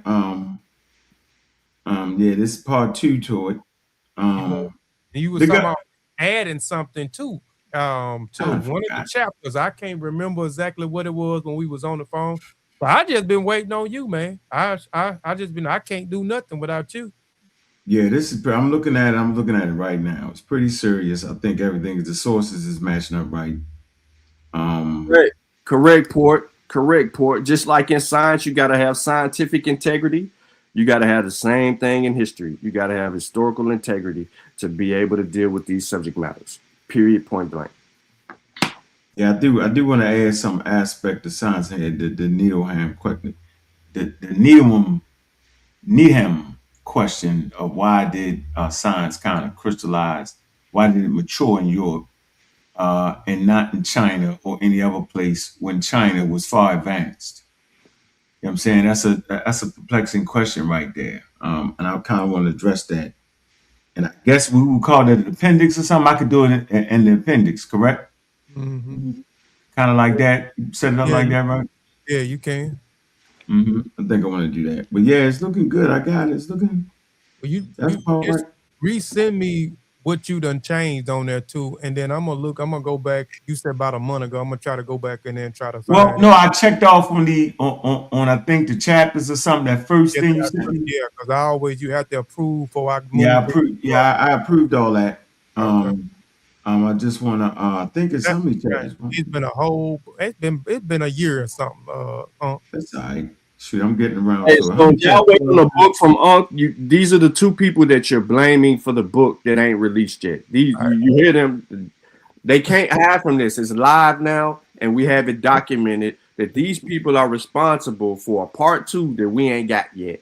And it's Yeah, because they're going. I had to make sure because they're going to try to tear the book half to death. So I had to be real meticulous with what I said. don't Had leave to them make out. sure I elevated from the first, from the first one. You know what I'm Yeah, saying? I just don't even think, quite like I, thought back then when I wrote this, right? And so it's really a progression of my philosophy and the way I see the world. But this is the foundation. And I read this last night. I was like, wow, man. You know what I'm saying? A little small, but yeah, this next one is a little more complete. I go into John Edmondson a little bit, Al Jaheed. I go into Darwin. I go into the African museums, the house files. I mean, fossils, African fossils, European museums, the house fossils. I think I want to. I think I would like to add the needle him question, and I would like to add when in academia did they start actually saying the word Africa, the Egyptians are African. Like, in what museums did they first do it? Most people don't even know. From 1974, this is how slow academia moved, right? They had a display, and I believe it was a museum in Boston that actually talked about. They had a thing where they talked about the Egyptians being African, right? Right now, if you go to Cairo, they'll have an Egyptian section on one floor and the Sudan section on another floor, right? Okay, but they still not. But it's in Boston, not in Boston. It's in New York, in the Brooklyn Museum, and the Boston Museum, where they actually this is what's this 6 years later, where they actually say that the Egyptians are African. That's how long it took from that academic conference to now, right? To even say that. So I want to add those two little parts in there to show people that, man, academia moves real slow. Got to stay on top of our game.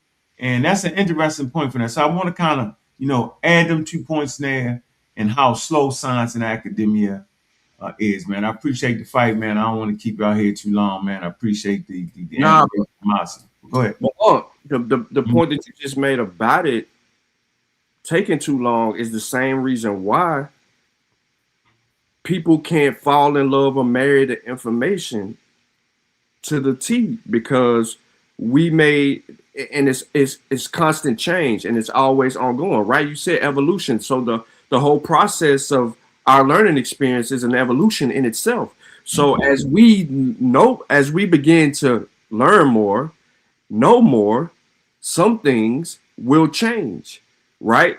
What's a scientific theory, right?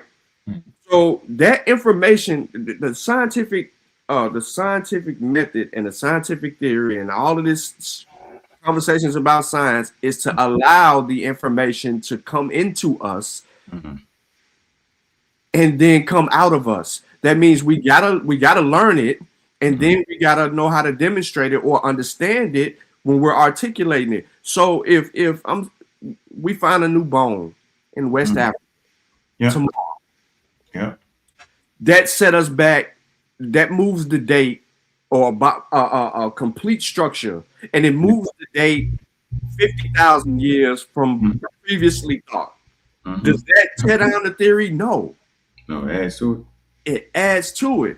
And that's what we gotta be as students, right? Information. Right? That's why you can't marry it. So we have to be able to be prepared and mentally capable of adding to it. And we also got to be even better at understanding that this is what it is based on the body of evidence that we have.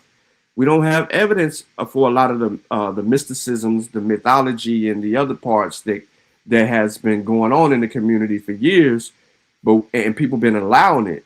So when we come out and we say, no, there's no evidence for that, then people look at us crazy. You still got people in 2026 that have a problem with DNA testing. That's a problem in itself, because your genetic ancestry is only defining who your relatives are. You're acting like doing genealogy is going to supersede your genetic ancestry. It's solidifying the story. They ain't got no problem with doing it when they trying to get out of paying child support. Exactly. Let's run there. That ain't my child. Let's run there. Let's run. Right. It's crazy, but no, I mean, I don't want to hold it hostage, but I'm just saying, like, our frame of thought is just off for some people. Yeah. It ain't everybody, but for some people, like, literally, technology has given us an opportunity to be able to put pieces of our puzzle together that we did not have before. And mainly it's helping more Black people because we the most scrambled up. We the gumbo here in America. We are, right? What are we doing with so many different West and Central African tribe or ethnicities in us? In one person. How is that even happening?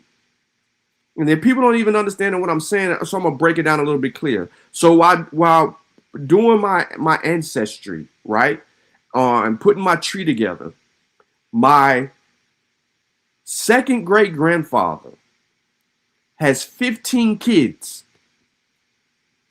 15 kids, 3 different women. Just in understanding that, and he married all 3. But just in understanding that there was admixture that transpired between 3 different groups of women that came from 3 different other places that are unbeknownst to me. What I mean by that, one was from Alabama, another one was from Kentucky, another one Virginia. How the hell did they get to those places? See, it all has to walk back. So if I can just do that with just my second great grandfather, imagine what the hell happened 200 years ago. when they was mixing us all up. This is how we getting all these different ethnicities in us. And then a little pour into this European appearing, and you know what I mean? It is what it is at that point. But we have to have the integrity to be able to understand technology and science, right? As it advances and it helps us put pieces together that are important and critical for us. We can't live off a mythical story. We don't know shit about Turtle Island. Don't belong to us, right? Don't belong to us. We ain't black, indigenous, aboriginal, nothing. Our story is way brighter than that. Not to disown whoever's story that is, but our story is way brighter than that.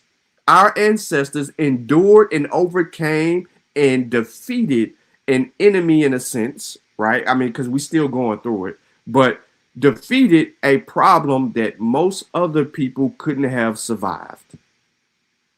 Hell, they didn't. Look what happened to the indigenous people that populated the Americas. They endured so much so that diseases wiped them out. Look at the not to put it on other people, but other people that were enslaved by other people in other areas. They weren't able to survive those environments, and they succumbed to certain issues, and then they were defeated in those areas. Our ancestors did. Our story is better than everyone else's story because we survived those things. Now, did we win overall? Are we trying to win overall? That's that we don't know that. We wouldn't get that answer in our lifetime, but we got to do the work to make sure that our children's children can get closer to that answer, because there were people that died trying to get us closer to that answer than before. So that's what I mean by standing on people's shoulders, man. I ain't trying to be on no weak foundation. No, not at all, yo. Not at all. Stand there and fall off. All fall down. We did all this for nothing. I can't see that. Like Kofi, if Kofi pans his camera, right? Just in this one room. Mm-hmm. If Kofi pans his camera in just this one room, there's got to be at least over 200 books or more in that one room. Just in that one room. And then if he takes his camera off and go in another room, you're gonna find probably another 200 or 300 books in that room. That's not by accident. It's not. It's with an intent and purpose. And I guarantee, how many of those books have you read, Kofi? You got your button pressed.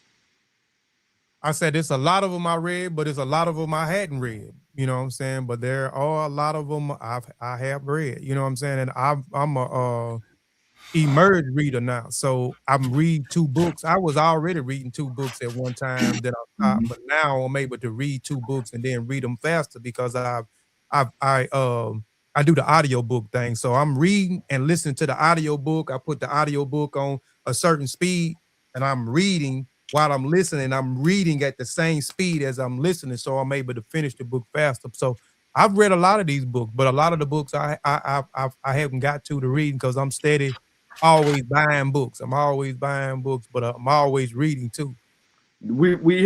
I remember like buying books and buying like 6 books at a time, and then I'm like, that I would stop at 8, because then I know as soon as I open up the first book from the 6 that I bought, I know I didn't order 2 more other books because the book I'm reading it referred to those 2 books. Right, so what I would do is when I would get the books, and I would start to read the book, I'm going to read that book, right? If it's a 200-page book or if it's a 150-page book, it's done in a day or 2. If it's a 2 or 300-page book, it's done by the end of the week. So if it's a 600-page book, I know that I have it done by the end of the month. So I knew based on how many other pages it was, I was going to be able to complete those books in that time span. But what I've done is stop buying the books and then slow buy a book. And the reason that I began to do that and still accumulate the books is because I've been dealing with the pseudo world. And because I've been dealing with the pseudo world, I've been forcing myself to learn more in that moment of reading material, like um, Michael Gomez's book, and his emphasis on the impact of Muslims in the American world first is a key argument in a conversation with any abo that I'm willing to have with them, because these first blacks, which we're discussing and which they think that are indigenous, are not. These first blacks were people that came out of who just left the panel and who was just in the chat. Senegal and the Gambia region. Those are the first ones to be uprooted and then sent across, even if they went back into Europe and then into the Americas. Those are the first blacks, right? So when we put an emphasis on that and we start dealing with it, we now have them in a historical timeline they can't get themselves out of, right? So there is, that's why I did that. So buying that book, but I had to, in order to get to that book, I was already reading other books, but to get a proper understanding, because Gomez's scholarship is more up to date than the past books that were more, in the 70s, 80s, in that realm, in the 50s, 60s. That book was more modern, so it gave me more information from where he pulled from, and that's why I appreciate that process. But we gotta be willing readers, and we gotta also comprehend what the hell we're reading, because there ain't no way that us are reading the same book and you didn't understand page 29, paragraph 2. Would have. They don't understand what would have mean. I argue with Reggie over would have. The Egyptians would have called themselves black if they did this, this, and this, but they never did. And it just goes back to a conversation that everybody else has already had with Reggie on the subject matter. He trying to win a point. He trying to win a point on something that he ain't gonna win a point on, because the information ain't gonna just really say what Reggie's trying to get it to say. Yeah, boy, that's the difference between sitting on the feet, sitting at the feet of someone and standing on their shoulders. Yeah, it's different. You bring all the information forward. Bad, good, mumbo jumbo, outdated. I don't know. They didn't want that, man. They didn't want that. They want us be in the fight the same way they in the fight. We got to get in the fight, bro. We have when we was on the Shooow, Kofi, we had no problem saying, when Dr. Ben said something, we had no problem, and Wu Jawu was strong on this point. Had no problem saying, nope, that ain't what it says. We don't know where Dr. Ben got that. Reggie had a problem with it, or some people in the community have a problem with it. But the reason that I said Wu Jawu, because most people, when they see Wu Jawu, they tend to have a certain level of respect or appreciates his integrity in a sense, because he ain't as disrespectful as me and Unc, right? So that's I'm being honest. Like Kofi, right? So if Kofi says it, I say it, and Unc, you say it ain't registering.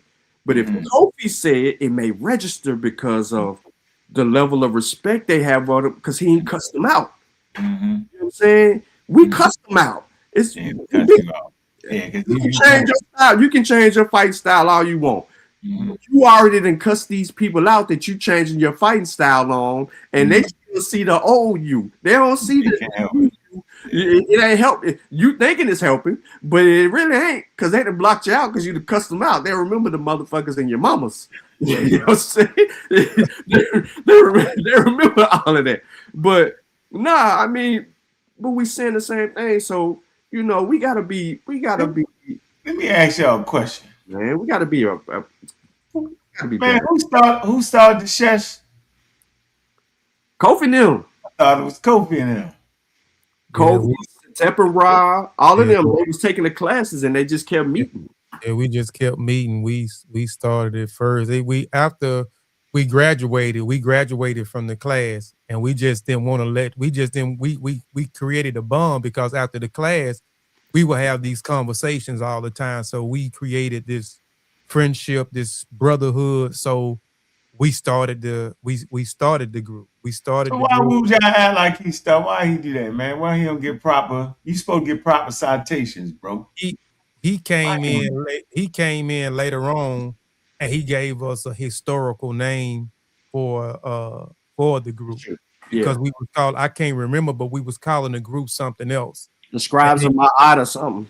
Yeah, something like that. And then he gave us He a gave you the name. historical name I for like that framing. I like that. and then That he let us, we did our thing. If you go back and look at the Shooow first couple of shows, there wasn't a I whoop remember. out. It was just us, and he was watching.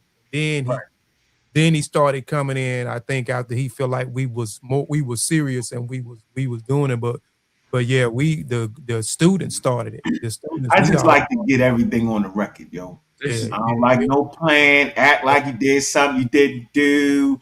I don't do none of that. I want everybody to have proper citations for what they did and what they added to this thing, yo. I don't like that. I think that's cultish. I think that's wild and out of order. Everybody, I'm just saying how I feel. What you playing with? What we'll do? He jumped in a science conversation with some ridiculous. Oh, see, I knew you was. I knew you was. Why you saying that, Sean? No, but I wanted to get. I actually, that ain't it. But I actually wanted. I wanted the people. Everything ain't got to be in the back, yo. Yeah. Right? Like at a certain point, yo, it's blood, sweat, and tears, bro. It's time away from your family, yo. You know what I'm saying? Kofi, it's time away from your son. It's time away from your wife. Same with you, Sean. Yo, we successful but we lost a lot of family time. I don't think people, realize that, man. We go through the ups and downs, man. We know the ups and downs of each other family, man. The situation your son went through, your wife with the vaccine, same with you, Sean. Come on, bro. So when you do something, yo, get the damn credit for it. Say it the way it happened. I'm a stickler for that, bro. I ain't mad at who.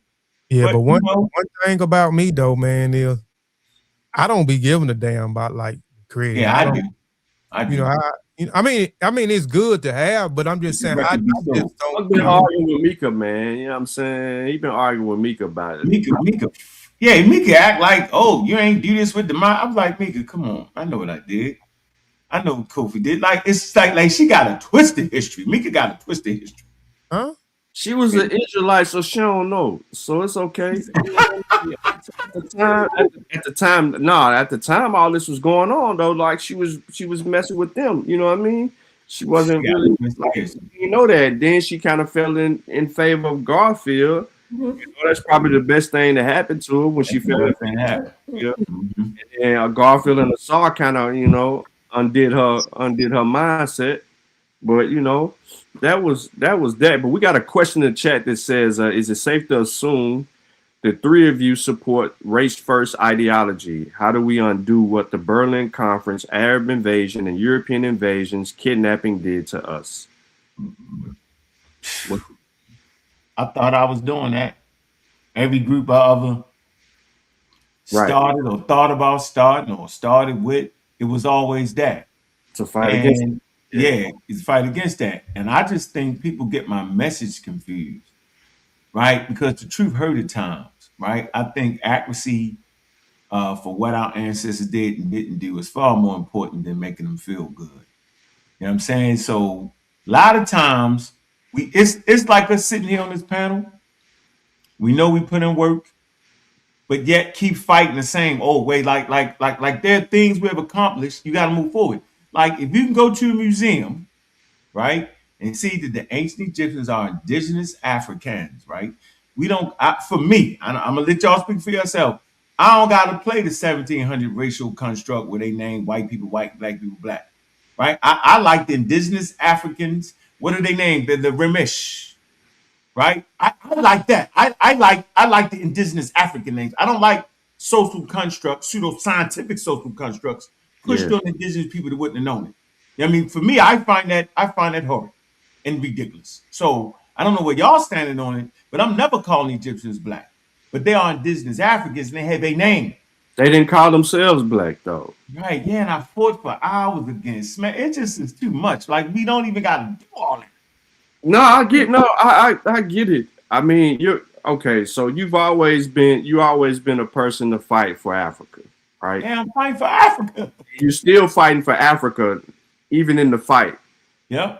It's this trying to identify people that never identified themselves as such that seems to be the biggest issue, because They want the presence, right? They want to take today as an example, today, and then put it on ancient and say this is no, but that still you didn't skipped over you 100 times and then went 1,000 miles away from you Yeah, to, you're all in the wrong place. right, you to go over there and then meddle over there. But I understand why you're meddling over there because the European they meddled over there, the Arab they meddled over there, and they didn't isolated themselves into trying to claim the history of a peoples and then weed the existence of the true Africans out of it. Notice I didn't say black. I said the essence of the true Africans in the regions that started that great period and run in history, right? And accomplish all those good feats and people look back at that as one of the greatest times in human history. Okay, cool. And I understand that black people, I'm saying black for Reginald, we in America, we want to attach ourselves to that greatness, but that ain't the only great. It's not. We West and Central Africa, Joe. I'm proud of my heritage. Right. Like I ain't no Egyptian. I don't care what y'all say. I'm proud of my heritage. Right. I'm proud of what they did, how they changed America. We can't hear you, Kofi. Oh, my bad. I said me neither. I'm West African to the bones. Oh, I know exactly I'm where proud we of my come heritage. from. I ain't need Chief X to tell me that neither. That's another crock of shit. Yeah. You ain't never. That's the part. Look, let me make this clear, bro. For the last at least 18 years, yo, we ain't been saying that the Egyptians is black nothing. So the indigenous Africans, we never thought on Amra Squad, Mossi, pseudo killers, any of that we thought that we was damn Egyptians. That we never was a part of that, bro. No. So I find it horrible when this dude try to step in and act, he ain't push no line over this way. I'm comfortable in my heritage and what part of Africa I came from. Even with the mistakes and misreading DNA analysis, I misread the test, add the Egyptian thing, and they was on the damn test. Nobody, there was no blueprint for reading DNA evidence when I did the first show on taking DNA tests. We had to learn. You had to learn that, bro. So that's what your enemies do. They take something 20 years ago, or the DNA thing. Man, come on, man. So no, none of these groups ever thought, one, that we was Egyptians, and two, the damn Egyptians was African American, black, whatever the hell you want to say. We always talk about the indigenousness of them. We always fought for African agency. Y'all hear this word. We fought for African agency, right, wrong, or indifferent. It's good to see the anthropology is there now. Anthropology don't say that, they had the Trinity. They don't say that no more. Yeah. They said they had their own unique way of seeing nature. But you know what I'm saying? They don't have to have one God. I remember people used to fight for one God. We never did that. We never said the Africans had monotheism. No, they had what they had. And what is it that they had? Let's please describe it. What was I'm not talking about? He just wanted to glorify the sun, and he had the rest of the deities there, right? It's called African agency. So these groups was always based on African agency. What did the ancestors say? We never thought we was damn Egyptians, right? We always understood they was indigenous. My whole thing was the African, not they black. I said they indigenous Africans to the continent of Africa. That was always my argument because academia was saying different. It was saying it was Mediterranean, Oriental studies. You know what I'm saying? That's always been our legacy, bro. And I can't believe that Chief X did that. You know what I'm saying? Conversation. Yeah, you ain't getting a conversation, but it was an ugly one. It got ugly. The conversation got ugly. I'm based on what I know now, right? Mm-hmm. Based on what I know now, it's some people that shouldn't have ever been in the conversation. You have to remember, this whole Egypt thing was a phenomenon. Go ahead. The Egyptian thing was a phenomenon that has carried on since then. Like, let me give you an example. Dr. Ben spoke more on Egypt than Dr. Clark would speak on Egypt. Dr. Clark was over there in West Africa or Central Africa most of the time highlighting those things, but Dr. Ben, he left that to Dr. Ben. Dr. Ben wasn't in Western Central Africa, speaking on certain aspects of certain things. His thing was to argue the presence, right? So the agency of Africa there on the backbones of some other works like Diop. He was in Senegal. What are we talking about? But he's still in Senegal. He's still doing whatever he was doing, but he was also arguing for African agency over there in Egypt. That's the only reason that he would go in front of a symposium, him and Obey, and argue on the point, right? So we have to remove what the way we're seeing the world today and the way that people were seeing the world back then, because you can't infuse those two. That was one thing that Wu has been consistent on, because every time this color thing pops up, he stepped all the way back from playing shades, right? The crayon box. But then I think what's been consistent with all the groups is being on target and on par with the information.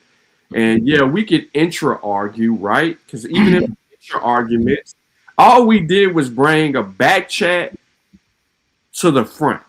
Yeah. For everybody confused, some of these topics were back chat conversations that public would never even hear about. Right. But now they're in the front because everybody respectfully has matured in their own areas. Now it's about divvying down the information and then getting to those points. And I mean, listen, Smash can cuss me out. I'm still gonna like Smash. I'm still got his music. You know, he just dropped some new stuff not long ago. So yeah, so still listening to him, but he cussed me out 1,000 times. I ain't gonna take away from, you know, I ain't lost respect for him or anything like that. I just think on his point, he lost, and he don't see the same thing with Reggie. Yeah, we call him a footologist and all these other things, and he loves to do all these different things, right? But I still have I met Reggie. I have a level of respect for him because not only did I meet him, but I appreciate what he's done along the way, even though he could be dead wrong on this particular point. But we just got to do a better job of just sticking to what the information's saying, man. We ain't, putting that extra sauce on there. Everything don't need an extra sauce. Wu ain't coming back, bro. Wu busy. Yeah, Wu ain't coming back. Listen. For anybody that's looking for Wu, and I'll tell you this right now. Wu is still teaching Metal Nature on Saturdays. Yeah. So if you want to holler at Wu, and he'll have a conversation with you on any subject matter after class or in the middle of class, because it's easy to get him off subject. He will do that in the class, and I got the link to the class. So I can hit the link, and he probably on there right now talking to the class. My point is that he just ain't out here. He's still doing his work, and he's in his head he think it's ridiculous foolery. That's why I'm like, man, knock it. Right. But he ain't coming outside. I don't know. Monk might be able to bring him out. I ain't gonna lie to you. If talk a little trash, he'll come out. Yeah. If anybody get Wu out, Unc said enough. He can get Wu out because Wu will show up to argue with Unc on anything, and then they're gonna laugh. He'll pop up out of nowhere. Yeah. Then they'll laugh about it, and then Wu will go talk. We want to hear your stance on it, Wu Jai. We want to see. I see you comment on the Facebook post. Yeah, we want to hear your stance on it. And Sister Tunica, then both of them, they kind of faded to the back and just stayed entrenched in just trying to teach people, man. And that's what they doing. And ain't nothing wrong with that, man. They still doing. He do that best. Wu Jai do that best, man. He's an excellent Metal Nature teacher, man. We all have our strengths and weaknesses, and sometimes we don't know what our weaknesses is. You know what I'm saying? But we all have our strengths and weaknesses, man. And you definitely don't agree with Reggie. No, anybody agree with Reggie. Reggie don't even know what STEM was. It messed me up, yo. I said I can't even argue with Reggie no more. Once I realized he don't know what STEM, he doesn't realize the technology predates science. That I was mad. I was like, what, bro? That's why you know what I'm saying. The nomenclature. You know what I'm saying. It's STEM, yo, or STEAM, right? Technology, engineering, and math. Uh, Technology predates engineering and math, and somewhere in there, engineering and math kind of cross. You know what I'm saying? And, mm-hmm. and and the ancient world was masters of quote unquote, I call it team, technology, engineering, arts, and math. They was masters of that. Yeah. Based off Yeah. of that, later on, civilizations will build on it and will start to develop the scientific method in other things. You know what I'm Mm-hmm. saying? But to be the masters of team or TIM, you know what I'm saying, would allow you to build a pyramid. They don't know the difference between metallurgy is not science, right? It's technology. You know what I'm saying? People don't know those distinctions. Agriculture is technology. Animal husbandry is technology. Now, today, now we can incorporate that into science. So now you have agricultural science. You know what Yeah. I'm saying? Facts. People don't read the thing. They think it's a shot against Africa. It's not a shot against nothing. There is no science without 350,000 years, right? Or 160,000 at Pinnacle Point, where they learned to crack open the first shellfish. They shellfish eaters. They Right. manipulate iron ochre, right? They keep a temperature at a certain rate to be able to manipulate the tools that they would use to help them to Yep. defend themselves and manipulate their environment. That's way more important than knowing the chemical compounds of the iron ochre. That's a You would fact. literally, you would literally have to bump into the United States, Americas, because that's what Now, say, Europeans say did. that again. I say, go ahead. No, say it. Say it. It is more important at 160,000 years to develop a technology, right, to keep that fire lit at a certain rate, to melt it, to be able to manipulate that tool that can help you provide food, clothing, and shelter and protection, than it is to know the damn element chart and why. You don't need to know the why. You're doing. And we did for 350,000 years. We developed medicine that worked. You don't need to know, you don't need to know the active ingredient, right? Which an African scientist did that, African American scientist did that. You know what I'm saying? He unlocked the secret magic. You don't need to know that. You need to know if the different herbs are working or not. You don't need to know why they working. You don't need to know why they stop working. We'll find another batch or something. People don't get that, bro. Right. It's damn near it's indigenous traditional knowledge and a whole lot of luck on Europeans, right? You got the House of Wisdom. We didn't talk about the House of Wisdom. There's a lot of. Al-Jahid. We didn't talk about how they translated ancient Greek texts, right?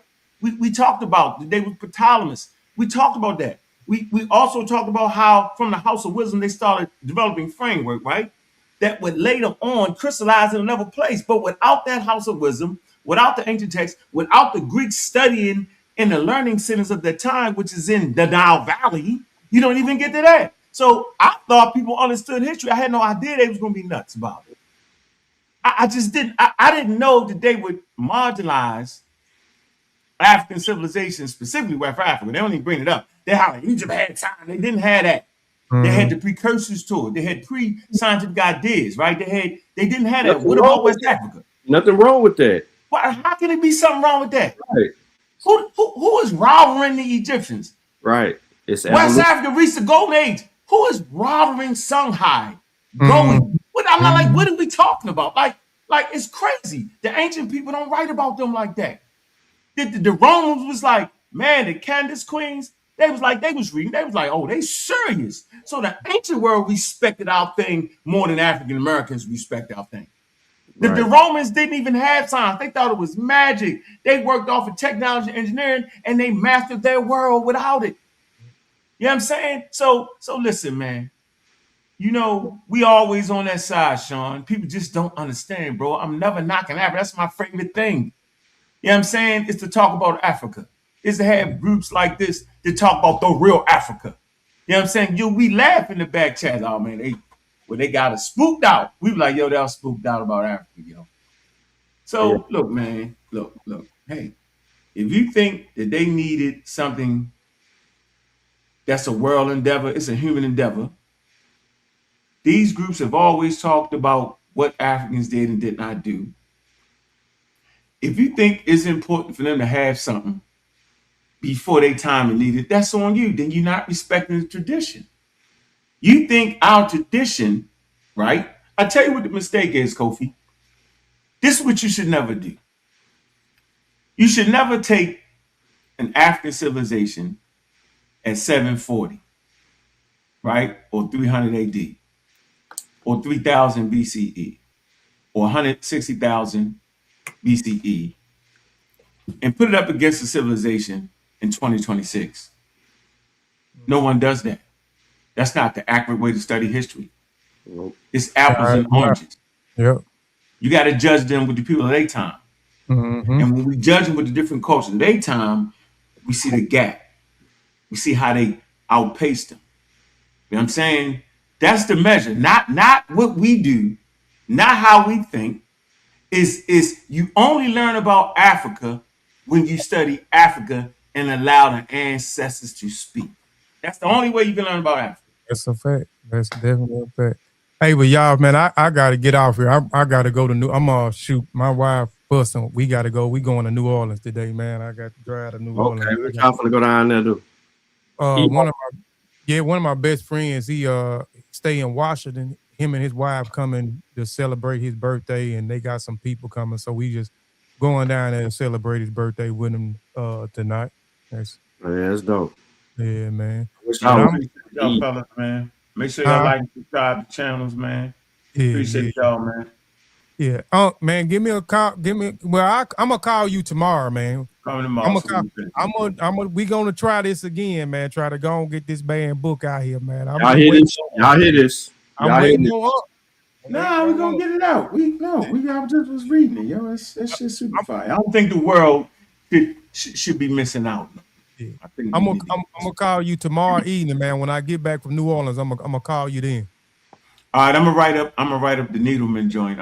The Needleman thing. I'm gonna write that up because I want to add that in it. I'm gonna write that up, and the other part. All right. All right, man. Appreciate y'all. All right, man. Peace, man. Hey, man, I appreciate everybody tapping in. You heard, make sure y'all subscribe. I mean, I think everybody should already be subscribed to everything. I think Unc's got the community of skeptics, and Unc, what else you got? Pseudo killers, and then what else? And still the Raw Squad Media. And then the Raw Squad Media groups, and he got information on all the channels. I mean, remember, Unc lost like about 100,000 subscribers, and they forget that, and a wealth of information that existed that probably would be useful to a lot of people today, especially those of you who are new coming into information or being introduced to any of us at all. And you can see why things transpire the way they transpire. But yeah. So I ain't gonna hold everybody up, man. We gonna end it right there. A good 3-hour show. When you going live again, Sean? Probably be live later on. Who you trying to get? Who we gonna get? Well, just to be honest, since we on this subject matter right now, I want to go at I want to deal with the civil war inside of the Aboriginal community between You turn the camera back on. Calvin Denzel Roberts and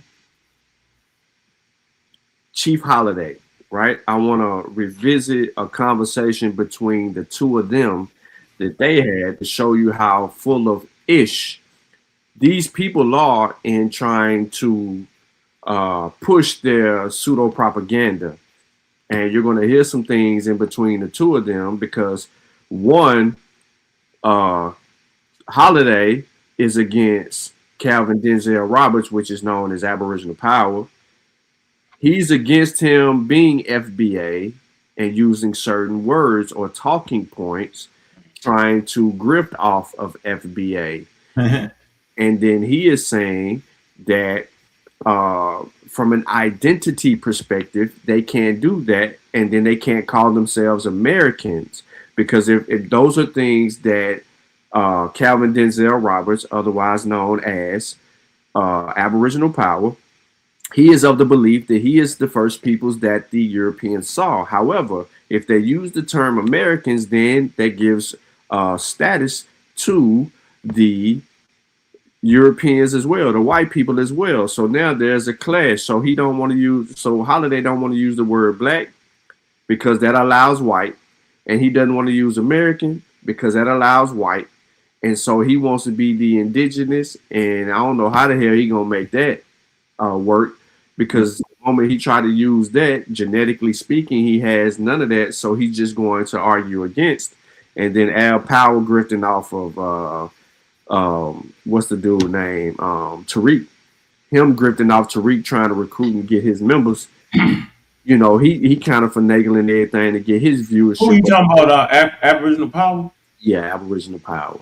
Well, you know him as Aboriginal Power. I know him as Calvin Denzel Roberts. Oh. Name. I heard your man was talking spicy too. Yeah. So we Holiday. Spicy. Yeah, they had me there. I heard he was talking a little spicy. Man, they never beat us in the conversation. None of them had. At no point has any of them ever had any sway in any conversation we had with them. I done beat up a whole panel of cowboys and Indians on a regular occurrence. I ain't had to bring in the big gun Sean. You know what I'm saying? Sean a big gun on that conversation. I ain't had to bring him in on that. So listen, bro, let me know. Yeah, I'll let you know. Tap me in. I'm coming off the top rope with the elbow on them clowns. Yeah, I'm gonna try for a couple of hours from now. You know what I'm saying? So I can kind of get some stuff done, and then definitely want to get into that, because I really want to replay that exchange between the two of them, because I want people to see just how far they're willing to go to pseudo this thing up and confuse black people in America. Period. I just want to show you it's an identity crisis, and it's got to be disseminated. But I also, I also want to defend who I need to defend in that I felt like was disrespected in the conversation. Yeah. I want to disrespectful little F's, yo. That's what they is, man. Disrespectful. That's the point. Y'all disrespectful. We always know when we won the conversation, Sean. When they start going into our backgrounds and disrespecting us, yo, we know the conversation is over with at that point. Right. You know what I'm saying? Yep. It's simple, like it's over with. It's an intellectual gunfight. You throw your gun. That means you have no more information, no more validity in what you're saying. At that point, they just clowns to me. Simple. So yeah, I'm on their head. CJ Holiday, he ain't never had a conversation. Think about that, yo. Never. Ignorant as hell. Never. He didn't memorize a whole lot of twisted up nonsense. Come on, man. Made up a lot of. Remember, listen, and even in the discussion that we'll hear, he's going to tell you that he is the source of the information, like he has done many times before. And anytime you hear a fool tell you that he is the source of the information from him, that means you need to get the hell away from him. To get away from him, yo. He ain't done no archaeological digs. No, he just misinterpret the data. We'll pull a source up. He'll ask you for a source and never give you one. Never. Remember that when a person never give you a source, you're the only one using sources, yo? Yes. That's a tell. That's a tell. They had no argument, yo. They appreciate it. I see the pseudo killers in the chat, man. Big up to all the pseudo killers, man. Known and unknown. Known and unknown. Yep. Mm-hmm. So yeah, man, I'll probably be in a couple of hours. I'm gonna go handle this business, and then I'll set it up and I'll send it to you when I get ready. Right. Yeah, we'll get it in. So appreciate everybody tapping in, man. We're gonna end the stream on that one. Make sure y'all go like, share, and subscribe. We appreciate everybody tapping in, and we out. We got an outro on here.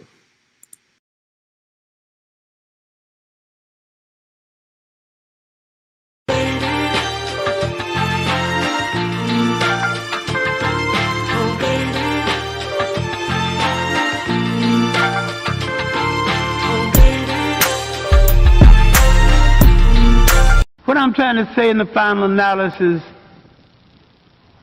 once we take control of ourselves, we have to stop being imitators and be innovators. We realize we've got a continent 12 million square miles. Wherever our bodies are on the face of this earth, our cultural and political heartbeat is in Africa. Whether you ever go to Africa or not, that is your home, that is the home of your spirit, and that is the heart and meaning and definition of your commitment. And none of us, any place in the world, will be free until that continent is free.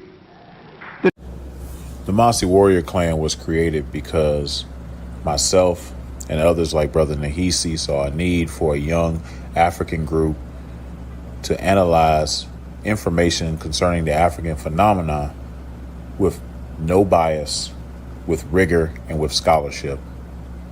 We created the Mossi warrior clan for the purpose of being an expert research team, of being a team that produced products, a team that was capable of producing products for African people globally to dispel myths, rumors, and provide them with accurate scholarship.